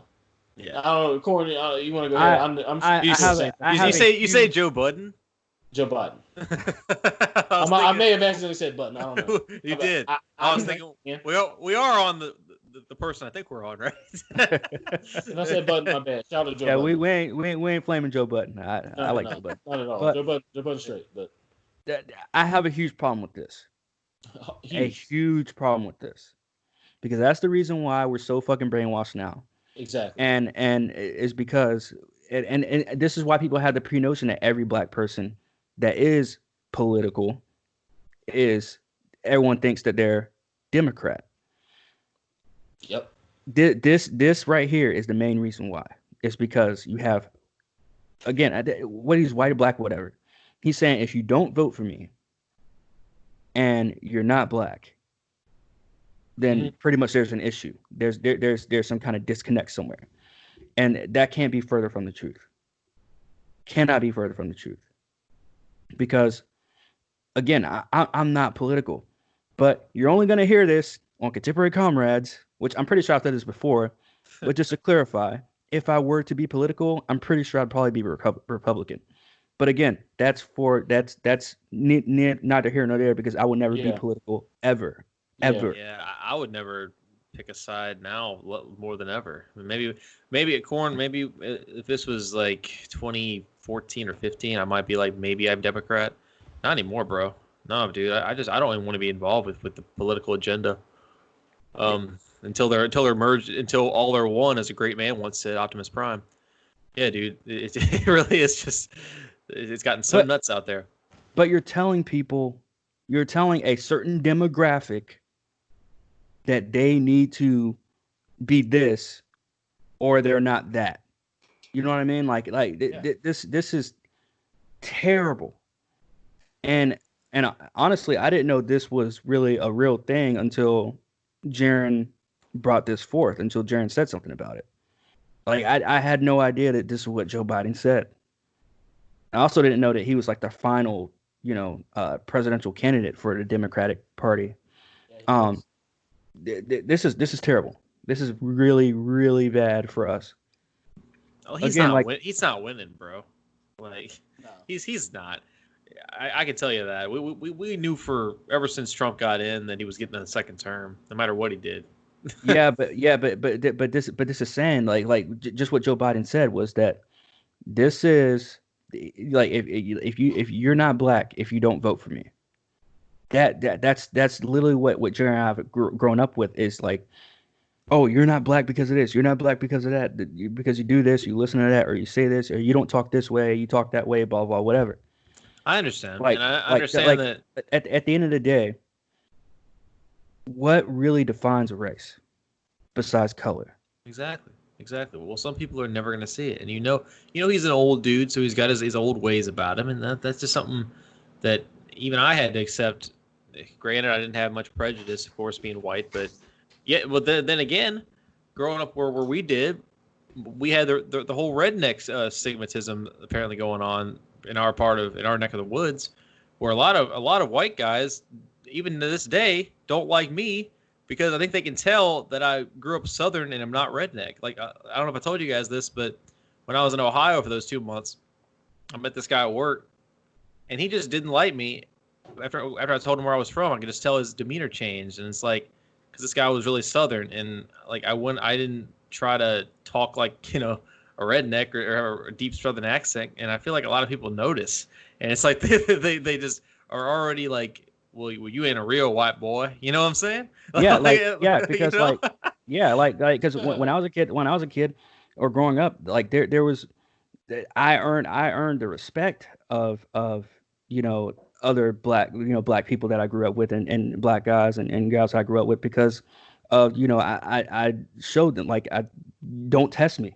I can show like I still belong in this community. I belong in this community, and I showed them that. But at the same time, it's my personality. Just because my personality is different doesn't mean that I don't I don't need the respect of you people. You know what I'm saying? Like, and it's this whole thing with the Joe Biden situation. It's like, there are very educated, and by educated, I don't mean book smart and stuff like that. I mean like educated in terms of the political system, that are Republicans, that are black and Republicans, and third parties. Absolutely. Well, one thing I will say, bro, you know what it really comes down to, as far as people acting like how you should act, and this applies, I feel like every race. I feel like what they think you should act like is like the dumbest demographic of what the race pertains to. Like for me, it was redneck. For you, it's I'm just gonna say the ghetto version. I see what you're saying. You know what I'm saying? Like they want you to be stupid. They want to keep people stupid. So they want them to act like the stereotype. That's what I'm saying. So I see what you're saying. when we three, for an example, go against the grain, because for one thing, we all have dreams of our own. We all have creative intent. So we don't want to act like that, because I feel like that's where you go for the bottom of the barrel. That's where you are when you have nothing to give society. You become a stereotype. Yeah. And the people are going against. That's true. The people going against you guys, and me to a lesser extent. That's what they're thinking. They want you to be on their level. They're like, why aren't you down here with me in the dirt? You know what I'm saying? Yeah. Fam, our generation started this shit. Our generation started the whole go outside of the bubble that people try and put you in. Yeah. Because now it's still, I mean, still to this day, I still get called. I get called white at work. Like, oh, Neil's not black, haha. And like, I'm 27 years old, so I've been told. I take that. I don't really take that as much heed from that as I did 10 years ago or 15 years. Or 15, yeah, but when we were still hearing the same fucking shit. Yeah, like now it's just a brush off the shoulder. I know who I am. I know my worth. I know what kind of person I am, but. Yeah. It's one of my favorite people I love listening to talk about pro wrestling, Jim Cornette. He has this whole stigma of, you're not a pro wrestler if you don't look, if you're not 6'5" and muscular and you can't beat somebody's ass in real life, blah blah whatever. But we've proven in this generation of professional wrestling that you don't have to be this super badass outside of wrestling. As long as you're good at being a pro wrestler, you can entertain people and wrestle and you can talk really good. Half the time you only have to talk. You don't have to be a good actor. You can just wrestle good. Like it's I feel like everybody has a stigma. And now we're in a generation where, and I know for a fact our generation started. Yeah, you had like the Jimi Hendrixes back in the day, but again, there were onesies and twosies. Our generation was like this massive. I feel like we brought in the generation after us of you can be whoever the fuck you want to be. And I'm not trying to sound like no SJW, like, oh, you can be who you want to be. You can say you're a male, all the other It's different. Yeah, it's different. I know what you mean. Yeah, this is different. This is, you can literally be who you are meant to be. And you don't have to go with the flow. Yeah. No. You don't have to stick with stuff as a great movie once quoted. Yeah. Exactly, man. But this is definitely a huge problem. This is a big problem. And Jaron, I'm glad you brought this up, because that is a huge problem. And that caveats off of what we were just talking about for the past hour or so about the other shit. Like this is a problem, and people are gonna take this and run with it. People have taken it and run with it. Like you said, that it hit 1 million something views within 12 hours. Yeah. Yeah, man. Because of this one thing he said. That to me is a real big fuck you to black people. I agree. And some saw it as, from what I could see, some saw it as that, and some didn't. Some were like, oh yeah. See, Joe Biden's cool. You know what I'm saying? I guarantee you most black people looked at it like, yeah, you're not black if you're not Democrat. You're not black if you don't vote for Joe Biden to get Trump out of office. Blah blah blah blah blah. Yeah. And to me, that is. So I thought Hillary's fucking. I keep hot sauce in my purse all the time. I thought that was bad. This is that times like 5. I know she said that. Like, good lord. Yeah, bro. We're black. The black people are always the butt of a joke, dude. Like always about some sick, sinister, disgusting fucking joke, and we love every minute of it as a whole. So, at the end of the day, it is what it is. But jeez, I wanted to bring it up because I thought it was fucking interesting, and coming from a political candidate like that, and seeing the rise of the black conservative male, or the black conservatives in general, within the past 4 years. Yeah, I mean, I know this is more of a racial thing, but you see who became president talking about grabbing pussy. So I mean, it's not like it's outside the realm of political. But that was locker candidates. room talk, though. I mean, at the end of the day, that was some. But that's still some man fucked up locker room shit. talk. That's still some fucked up shit for a political leader to be saying, though, bro. I'm But saying. he said it in what he thought was his own privacy. Now, I'm not defending him on this, but I'm saying like it is what it like. He said it in what he thought was a private conversation. Yeah.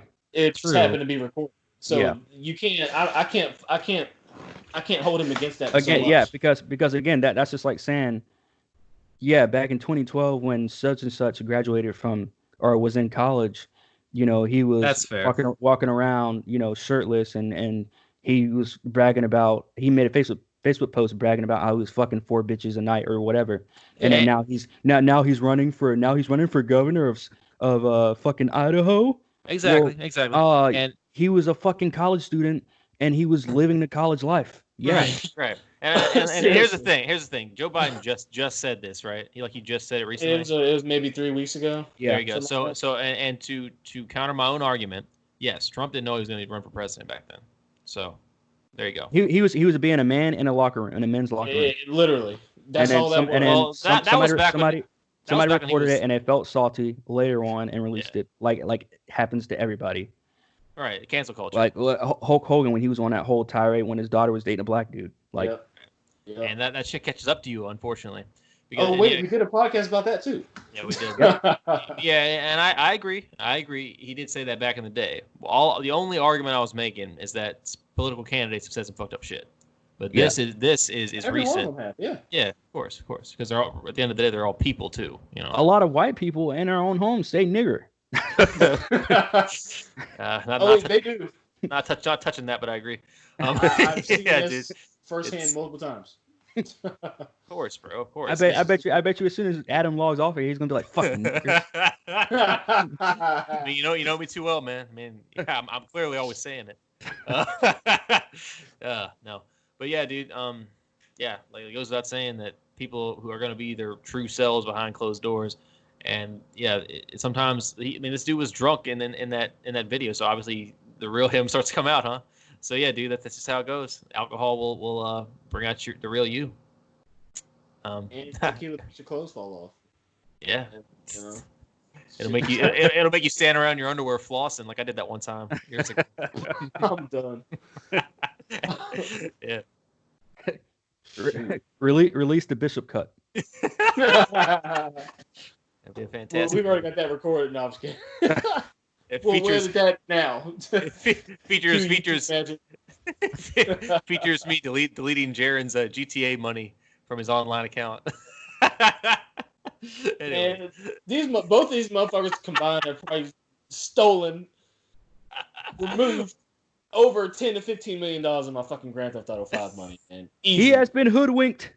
He has been bamboozled. Easy. Nah, Jaren, I have no recollection of any you of that. You guys wrecked over $4 million of my money at least 3 times. I have no recollection. Don't bullshit me. I have no recollection of that. Yeah, but I was drunk though, bro. I was drunk and Corin can't remember it, so. So I didn't do shit. I don't invite these motherfuckers over no more. Not only because they live in different states, but I don't invite them. I have a no snitching policy. Hey, Jared. To be fair, if we were in a position like that again, I would totally do it again. You see the fuck? Oh man. I have no idea what you guys are talking about. Good times, huh? Oh wait, that's right. I was drunk. I was. Yeah, but I was drunk though, so it's okay. See, bringing it back to the topic. And speaking of video games, Adam, you had something to talk about as well, right? If you want to bring it into this one, yeah. I already talked about games. Fuck it, let's do it. Yeah, sure. So to close us out with something even lighter than Joe Biden, I wanted to give a light debate going with the guys here about our preference in game consoles. So we started off as I don't know why that made you laugh so much. When we started playing games together, it was a 360. Of course, I grew up as a Nintendo boy, but I never got into online games, so we all had 360s together. So we did that for freaking 6 years or something like that. Online, yes, but Corin and I always like PlayStation and shit together, and Adam, we always played like N64 and shit together. So we did, but we played every console together, but online specifically, like in house. I grew up on Nintendo and PlayStation. Yes. And my brother and yeah. Well, Adam, go into what you grew up on, and I'll go into what I grew up on. I mean, I grew up. My first console was N64. Oh, I love it to death. But I love the GameCube even more than that. Regardless of Corn's incorrect opinion on the system, it's my favorite. And then Nintendo started getting worse and worse. Whatever. Because the Wii wasn't that great. The Wii U was even worse.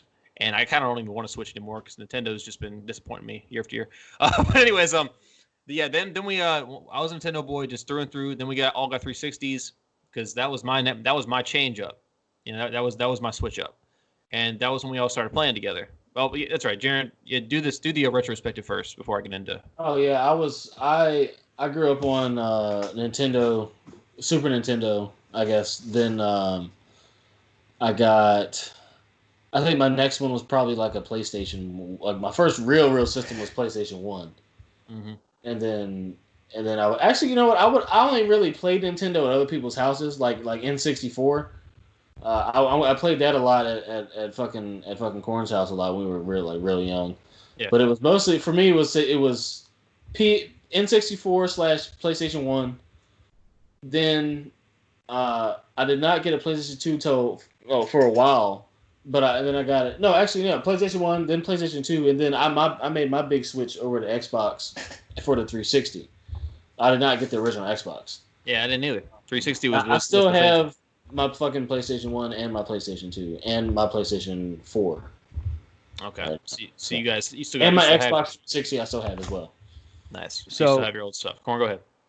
So my brother had a PlayStation 1, and then I ended up getting a N64 that my dad got from like a pawn shop because I would always, growing up with an older sibling, you're fighting over the system. Yeah. So then I got my own system, which was N64, and then my brother was like, "Nah, fam, you ain't starting on N64. You're starting on Super Nintendo." Nice. So then I had to go back and play. I like that.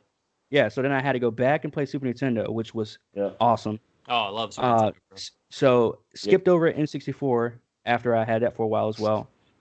And I ended up getting on Christmas, actually, the very first year that PS2 came out, my dad surprisingly got me a PlayStation 2. I was on PS2 until that damn thing died for years. Hell yeah. Then I went and got my brother got a GameCube, so I played that for a little bit. That was kind of shitty. I didn't really like the GameCube. Disagree. And then that's your opinion. and then I graduated to a 360, which I won't tell you guys how I got it, but for you guys, I remember that. For you two, I'll just say McLovin. Yeah, close enough. Not McLovin. Mac 11. I'm sorry. You could shout out to you still for getting the nigga that fucking wireless adapter for the back too. Yeah, dude. That's a hilarious story. That's what you call a success story. Yeah. So I went to 360. That's when I started the whole online gaming thing with all my friends, Jaron and everybody.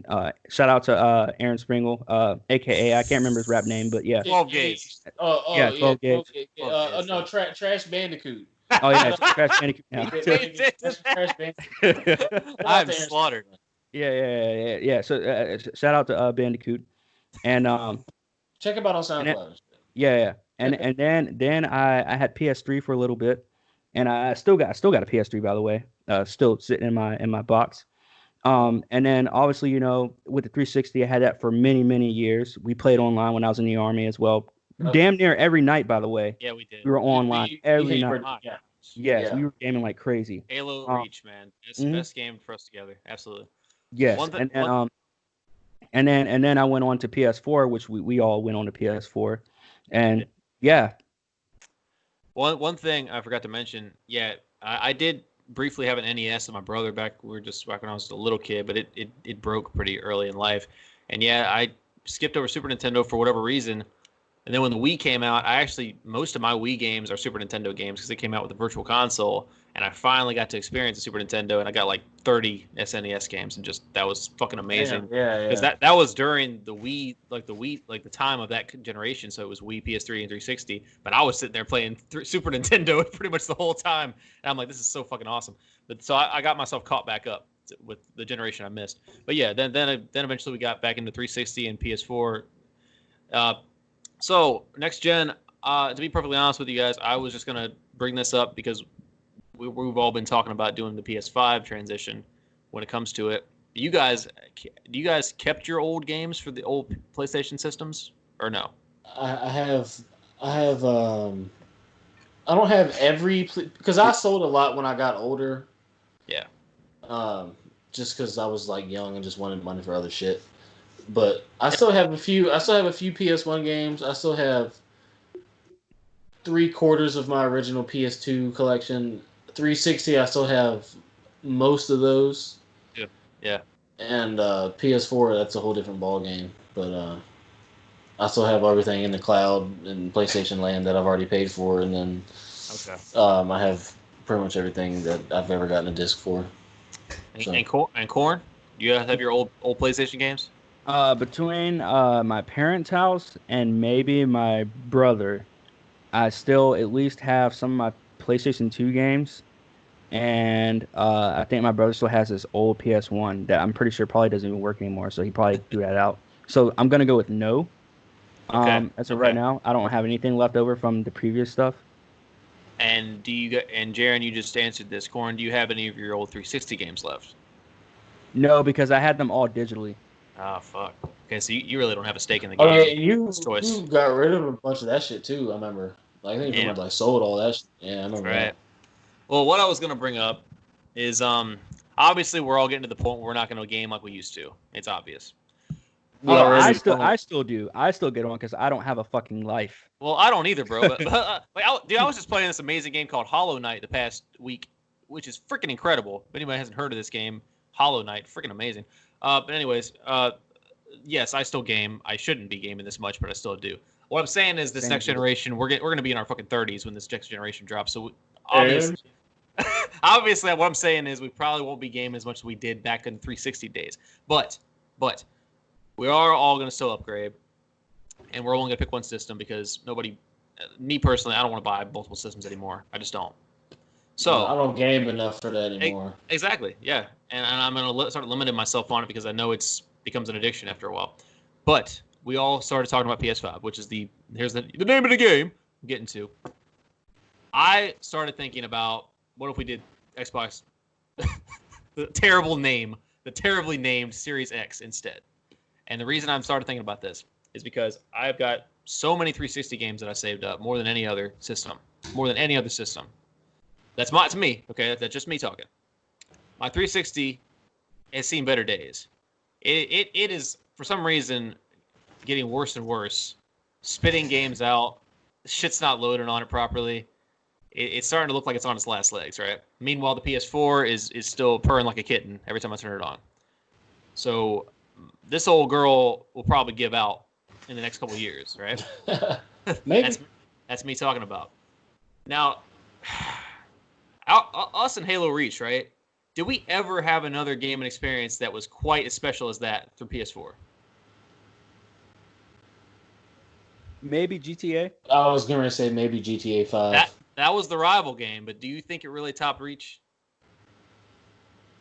Here's the thing. I don't want to get too much into this, but I feel like the reason why Halo Reach was so we were so connected to that game is because that was something that we all three played together. We played together, like I said, like we were on that thing, like we were at a time in our life where we would go to work, get off of work, and literally play Halo Reach almost, I'd say at least 5 nights a week. Yes. Oh, easy. For like easy. A year and a half.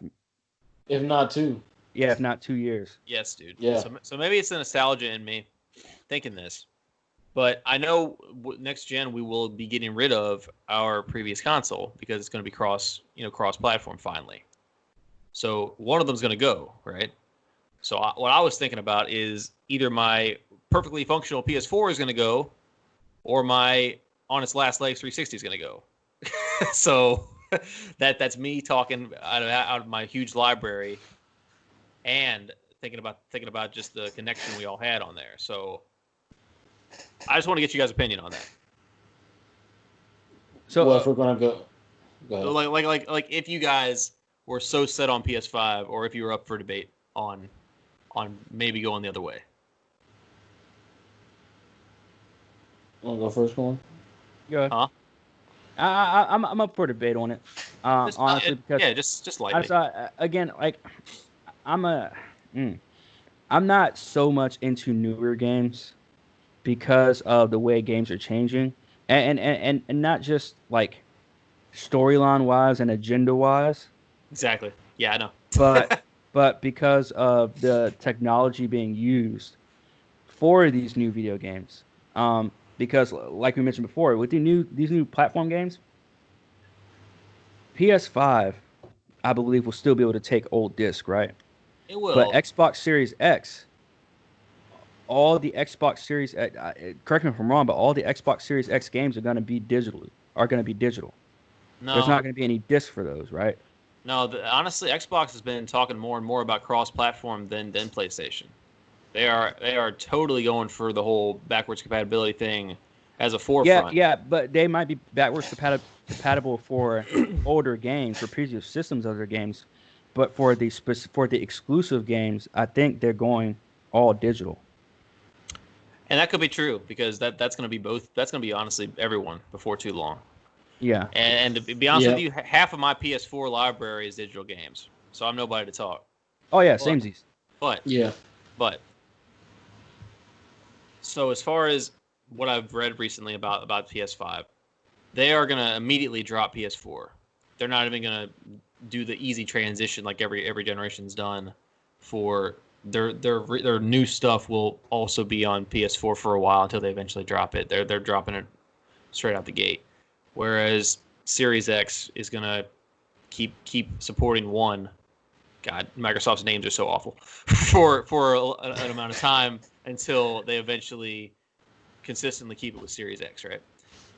And right. I just got to think about all these old memories. Like my favorite game of all time, Oblivion, is on 360. My with Witcher 2 is on 360.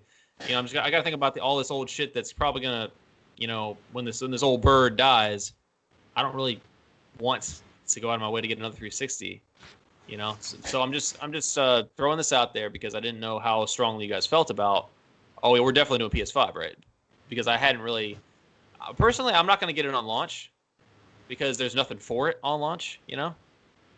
Anyway, and it's better to wait for price drops anyway. These days, that's what I do for the most part. But I just wanted to see what you guys had to say as far as of a debate on what's strongly in your mind about PS5. Here's the thing. I'm not too sold on the whole price thing. It's that with VR, and they've already been talking about a Star Wars game, like the newest Star Wars game that's going to come out is going to be strictly VR. Oh yeah. I'm not. Count me out. I'm not. Yeah. That's I'm too not much. I'm not too happy about that. I'm not too happy about the whole like VR situation going on in technology in general. I hate it too. But again, we're coming to this new age. Like I can't imagine being a kid, and I say this all the time. I can't imagine being a kid nowadays and having to grow up on this shit. Because while yes, the graphics are way better, the experience. I mean, you can't deny the VR experience is really good. That's cool. Why yeah. that's why it's easy to sell to people. I mean, true. But in terms of like, it's gonna come to a point where you're gonna have to put on full kit. You know, in our lifetime, we're gonna see. I mean, I might not live to see it because I feel like I'm gonna die at an early age. But in our lifetime, we're gonna see where you're gonna have to put on full kit just to play a fucking video game. It started out with the Wii, and the Wii was successful. I mean, we could say it was successful. It was. But then now, you know, with the VR. So you take the VR, then you got the little controller thing and PlayStation already has the little stick thing with the ball on it for the little motion sensor thing. Right. Xbox had the little Kinect thing, and now with these new systems, the camera is already implemented into the system, and that with me already, dude, like when I'm not using my laptop is closed. I don't leave it open. Same. Nothing like that. I have a smart TV. I'm still somewhat sketchy about that, but I mean, I'm a big movie person, big film person, so I love watching movies and I like watching it in the best way I can. So yeah, I mean, it is what it is when it comes to TV. Sure. But dude, you're talking about cameras and headset, and I'm not talking about headset just talk to your friends.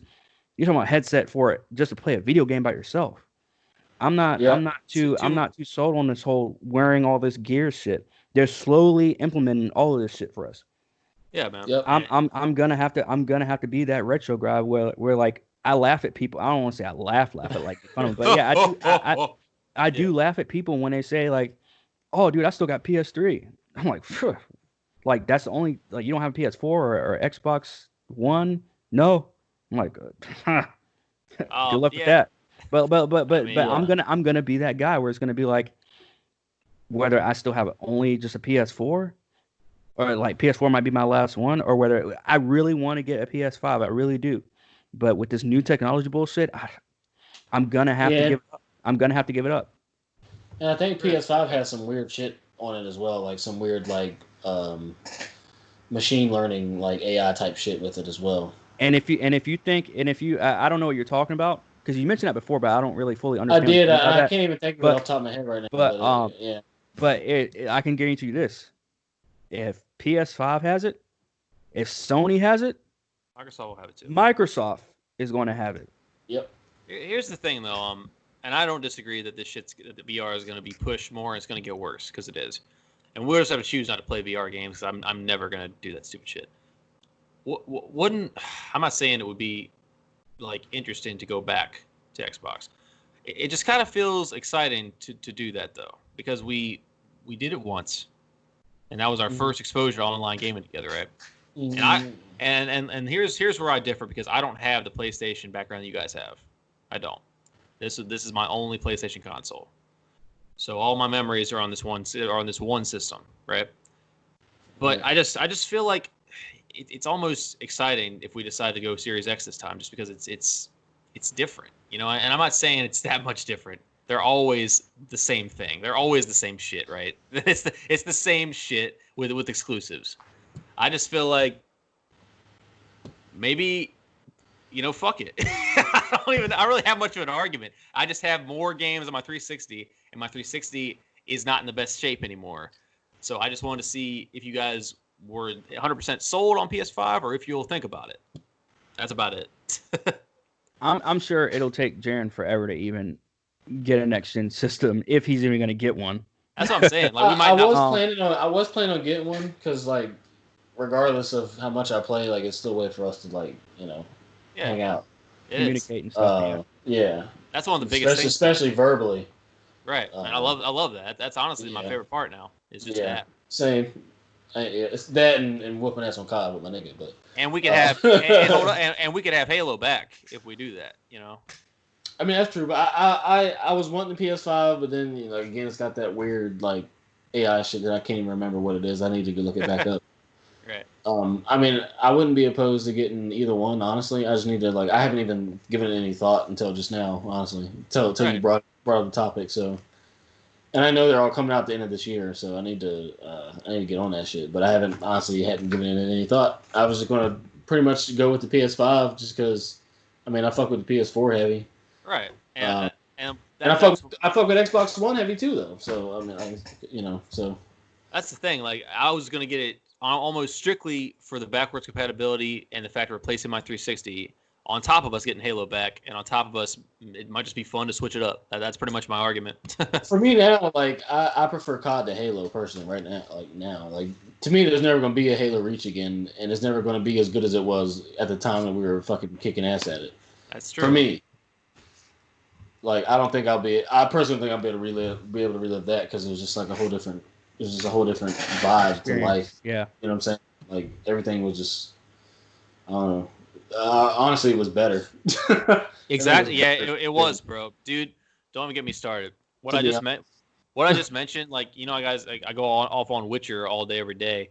Like, there's only a few things that reach me on that kind of level that the shit on the 360 did, and I think it's just because we were younger. Like, we were younger and we got more passionate about it.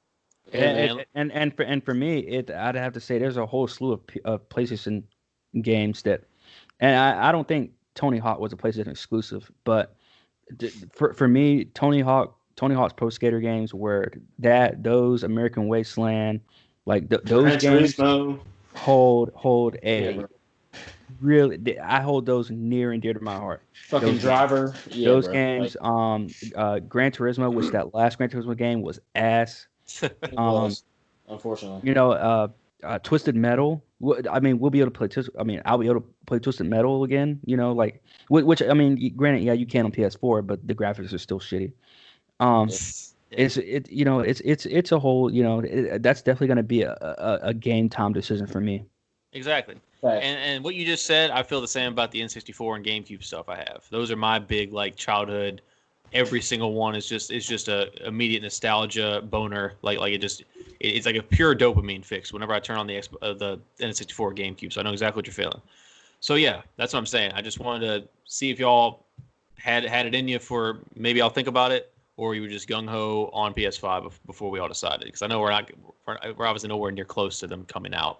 True. And when they do, I'm not going to get it on launch anyway. So I just want. Yeah, my chips aren't in any next gen basket just yet because I still have more research. And I hate to be that guy, but I do have to do more. I have to do more research on these systems and what exactly because the shit Jaren was talking about the AI, like that shit freaks me out. Like maybe 10 years ago, hell, maybe even 5 years ago, it probably wouldn't have freaked me out. But now, with everything going on, all this shit that I know about that I wish I didn't fucking know about, you could thank people like Jaren for that one. My mind works a different way now when it comes to what am I putting inside of my house? What am I putting into my household? What am I focusing my attention on when I'm not doing other things?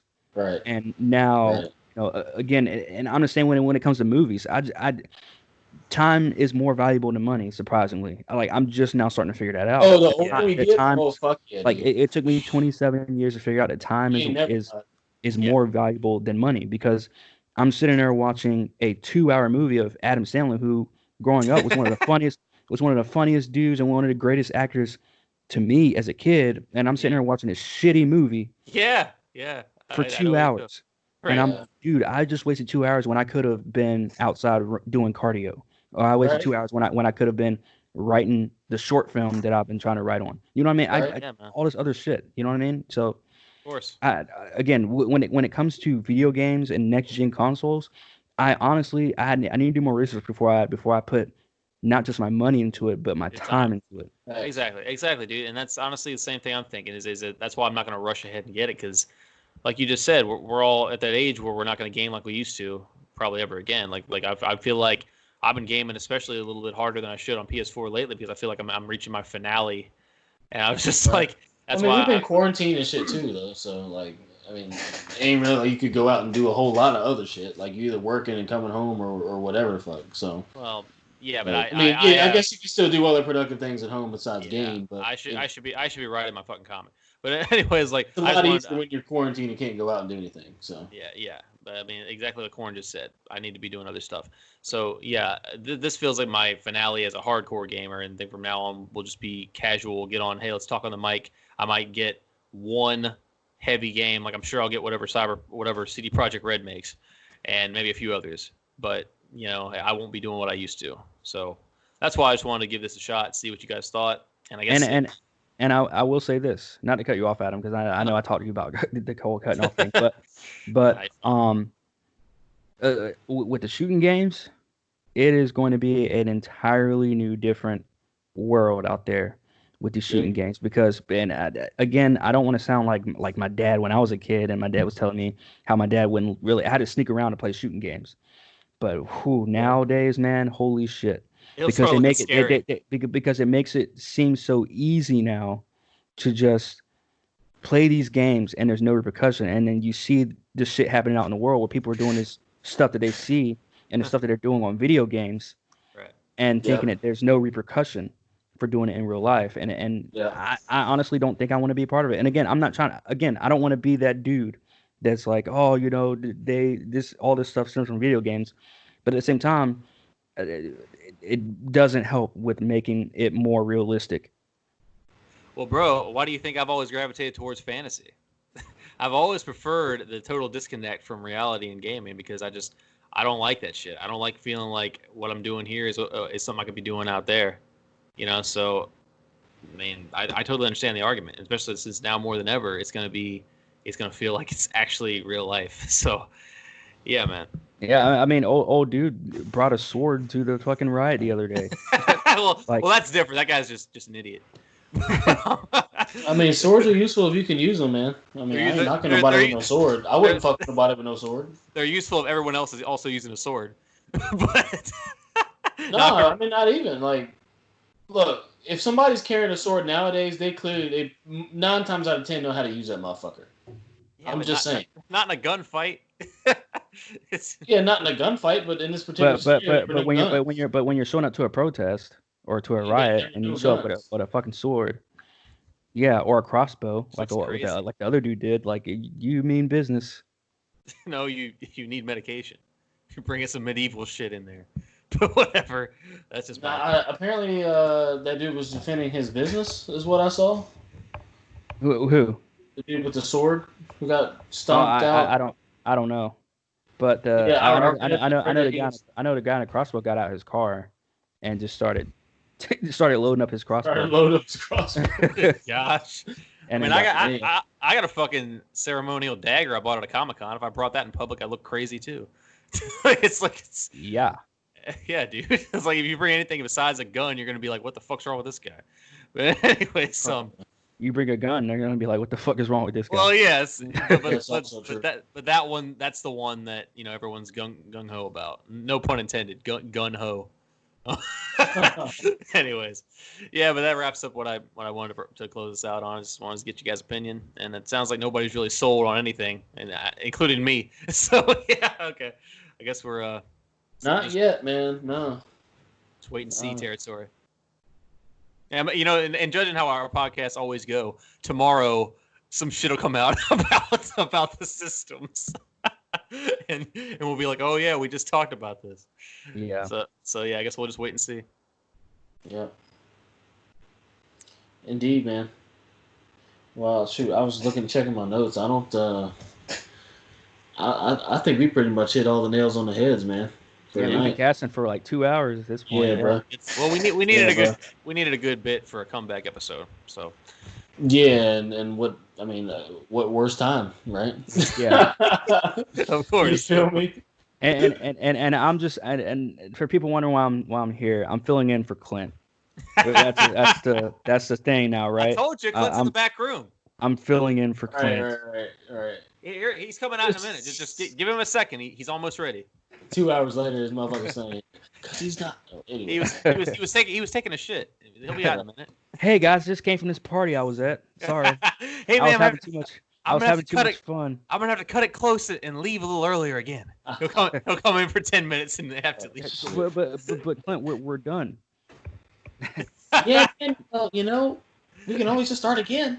Let's run it back.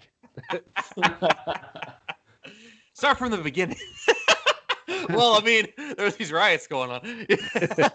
And shout out to Clint, man. Shit. Yeah, shout out. And if you're new, go to fucking SoundCloud for now and check out our old podcast with Clint, man. He's been on. He'll be back on here. He'll be back on here. Everyone's fired. Yeah, he'll be back. So he'll be back on. I do want to make a couple of announcements for the Half-Ass Podcast too, if I can. Plugging in the Half-Ass Podcast, I had some great interviews. Go to the Half-Ass Pod on YouTube. Check those out. I had 2 interviews with OnlyFans content creators, fantasy creators, with Chris Rose and Rainstorm. I had an interview earlier today on Half-Ass Pod with Joe Trump with his experience of the protesters from last night that he was at. Yes. He actually got injured. So go and check that out. Stay tuned on all the stuff on Half-Ass Pod. I come out with at least 1 video a week. I'm starting to do more and more interviews, and starting to get away from the whole rambling thing because I can just do that on here. I don't need to double dose on the rambling. So just stay tuned for that stuff. And also thank you guys for viewing the Chris Rose interview that I did last week. Yeah, is man. At like 100 is like 160 something views right now. That's it. Yeah. And she has stated that she wants to come back on and do like little female segments and have her female perspective on things. So real You've big been things, on Comrades, right? real big things on the half-ass pod coming up, guys. Or Oh, not. yeah. Well, no, she said she wanted to do part 2 on Comrades of the I guess the extended view, right, of her That's still the case. journey. Yeah. She's We'll be willing to doing come that. on. She's willing to come on Comrades too whenever There we you go. guys want to. Whenever you want to do that as well. Yeah, word. Oh, yeah, man. Good Well, stuff, man. Yeah, I don't have anything to plug. Shout out Moto Jitsu, man. If you're a motorcycle rider, Shout out to the same shirt Jaren has worn in like almost every podcast. I've seen you in that shirt pretty much every time we get on here. Wear it a good bit, but I it's also Moto Jitsu. It's the this one's just recognizable. I actually wear different shirts. it's the. Can I say it? So Can I say it? Can I say it? Say what? It's the only shirt he can fit in. Jeez, man. Core's just being a dick to be a dick. Yeah, he's on some. Come on, really? Core, again, that's not a joke. It's an insult. No, it's a joke. All right, I'm sorry. Corin's on those high school jokes. I'm sorry, guys. I'm not offended, Corn. Don't worry. Like Heavy J's a joke, you know. Saying you fat fuck is not a joke. I didn't say that. I literally did not say that, but all right, whatever. Sorry, I apologize. No, it's all good. It's all good, man. Yeah, like I said, I'm not offended, Corn. Good stuff, y'all. Oh man. Oh shit. Good man, fun. well shit. I think that about does it for the episode, man. I think that fucking does it. Yeah, I hope you guys enjoyed this episode. I know we did. Yes. Oh yeah, it was a lot of fun. You guys, keep on checking back. We'll have more out, and yeah, eventually I'll have some stuff to plug too. But again, I'm not going to do it until it's done. So, yeah, thanks for watching, Jaren, Corn. Shit, it's been real, guys. It's been real. It's been fun. It's been real fun. And yeah. Oh shit. And peace out. Peace out.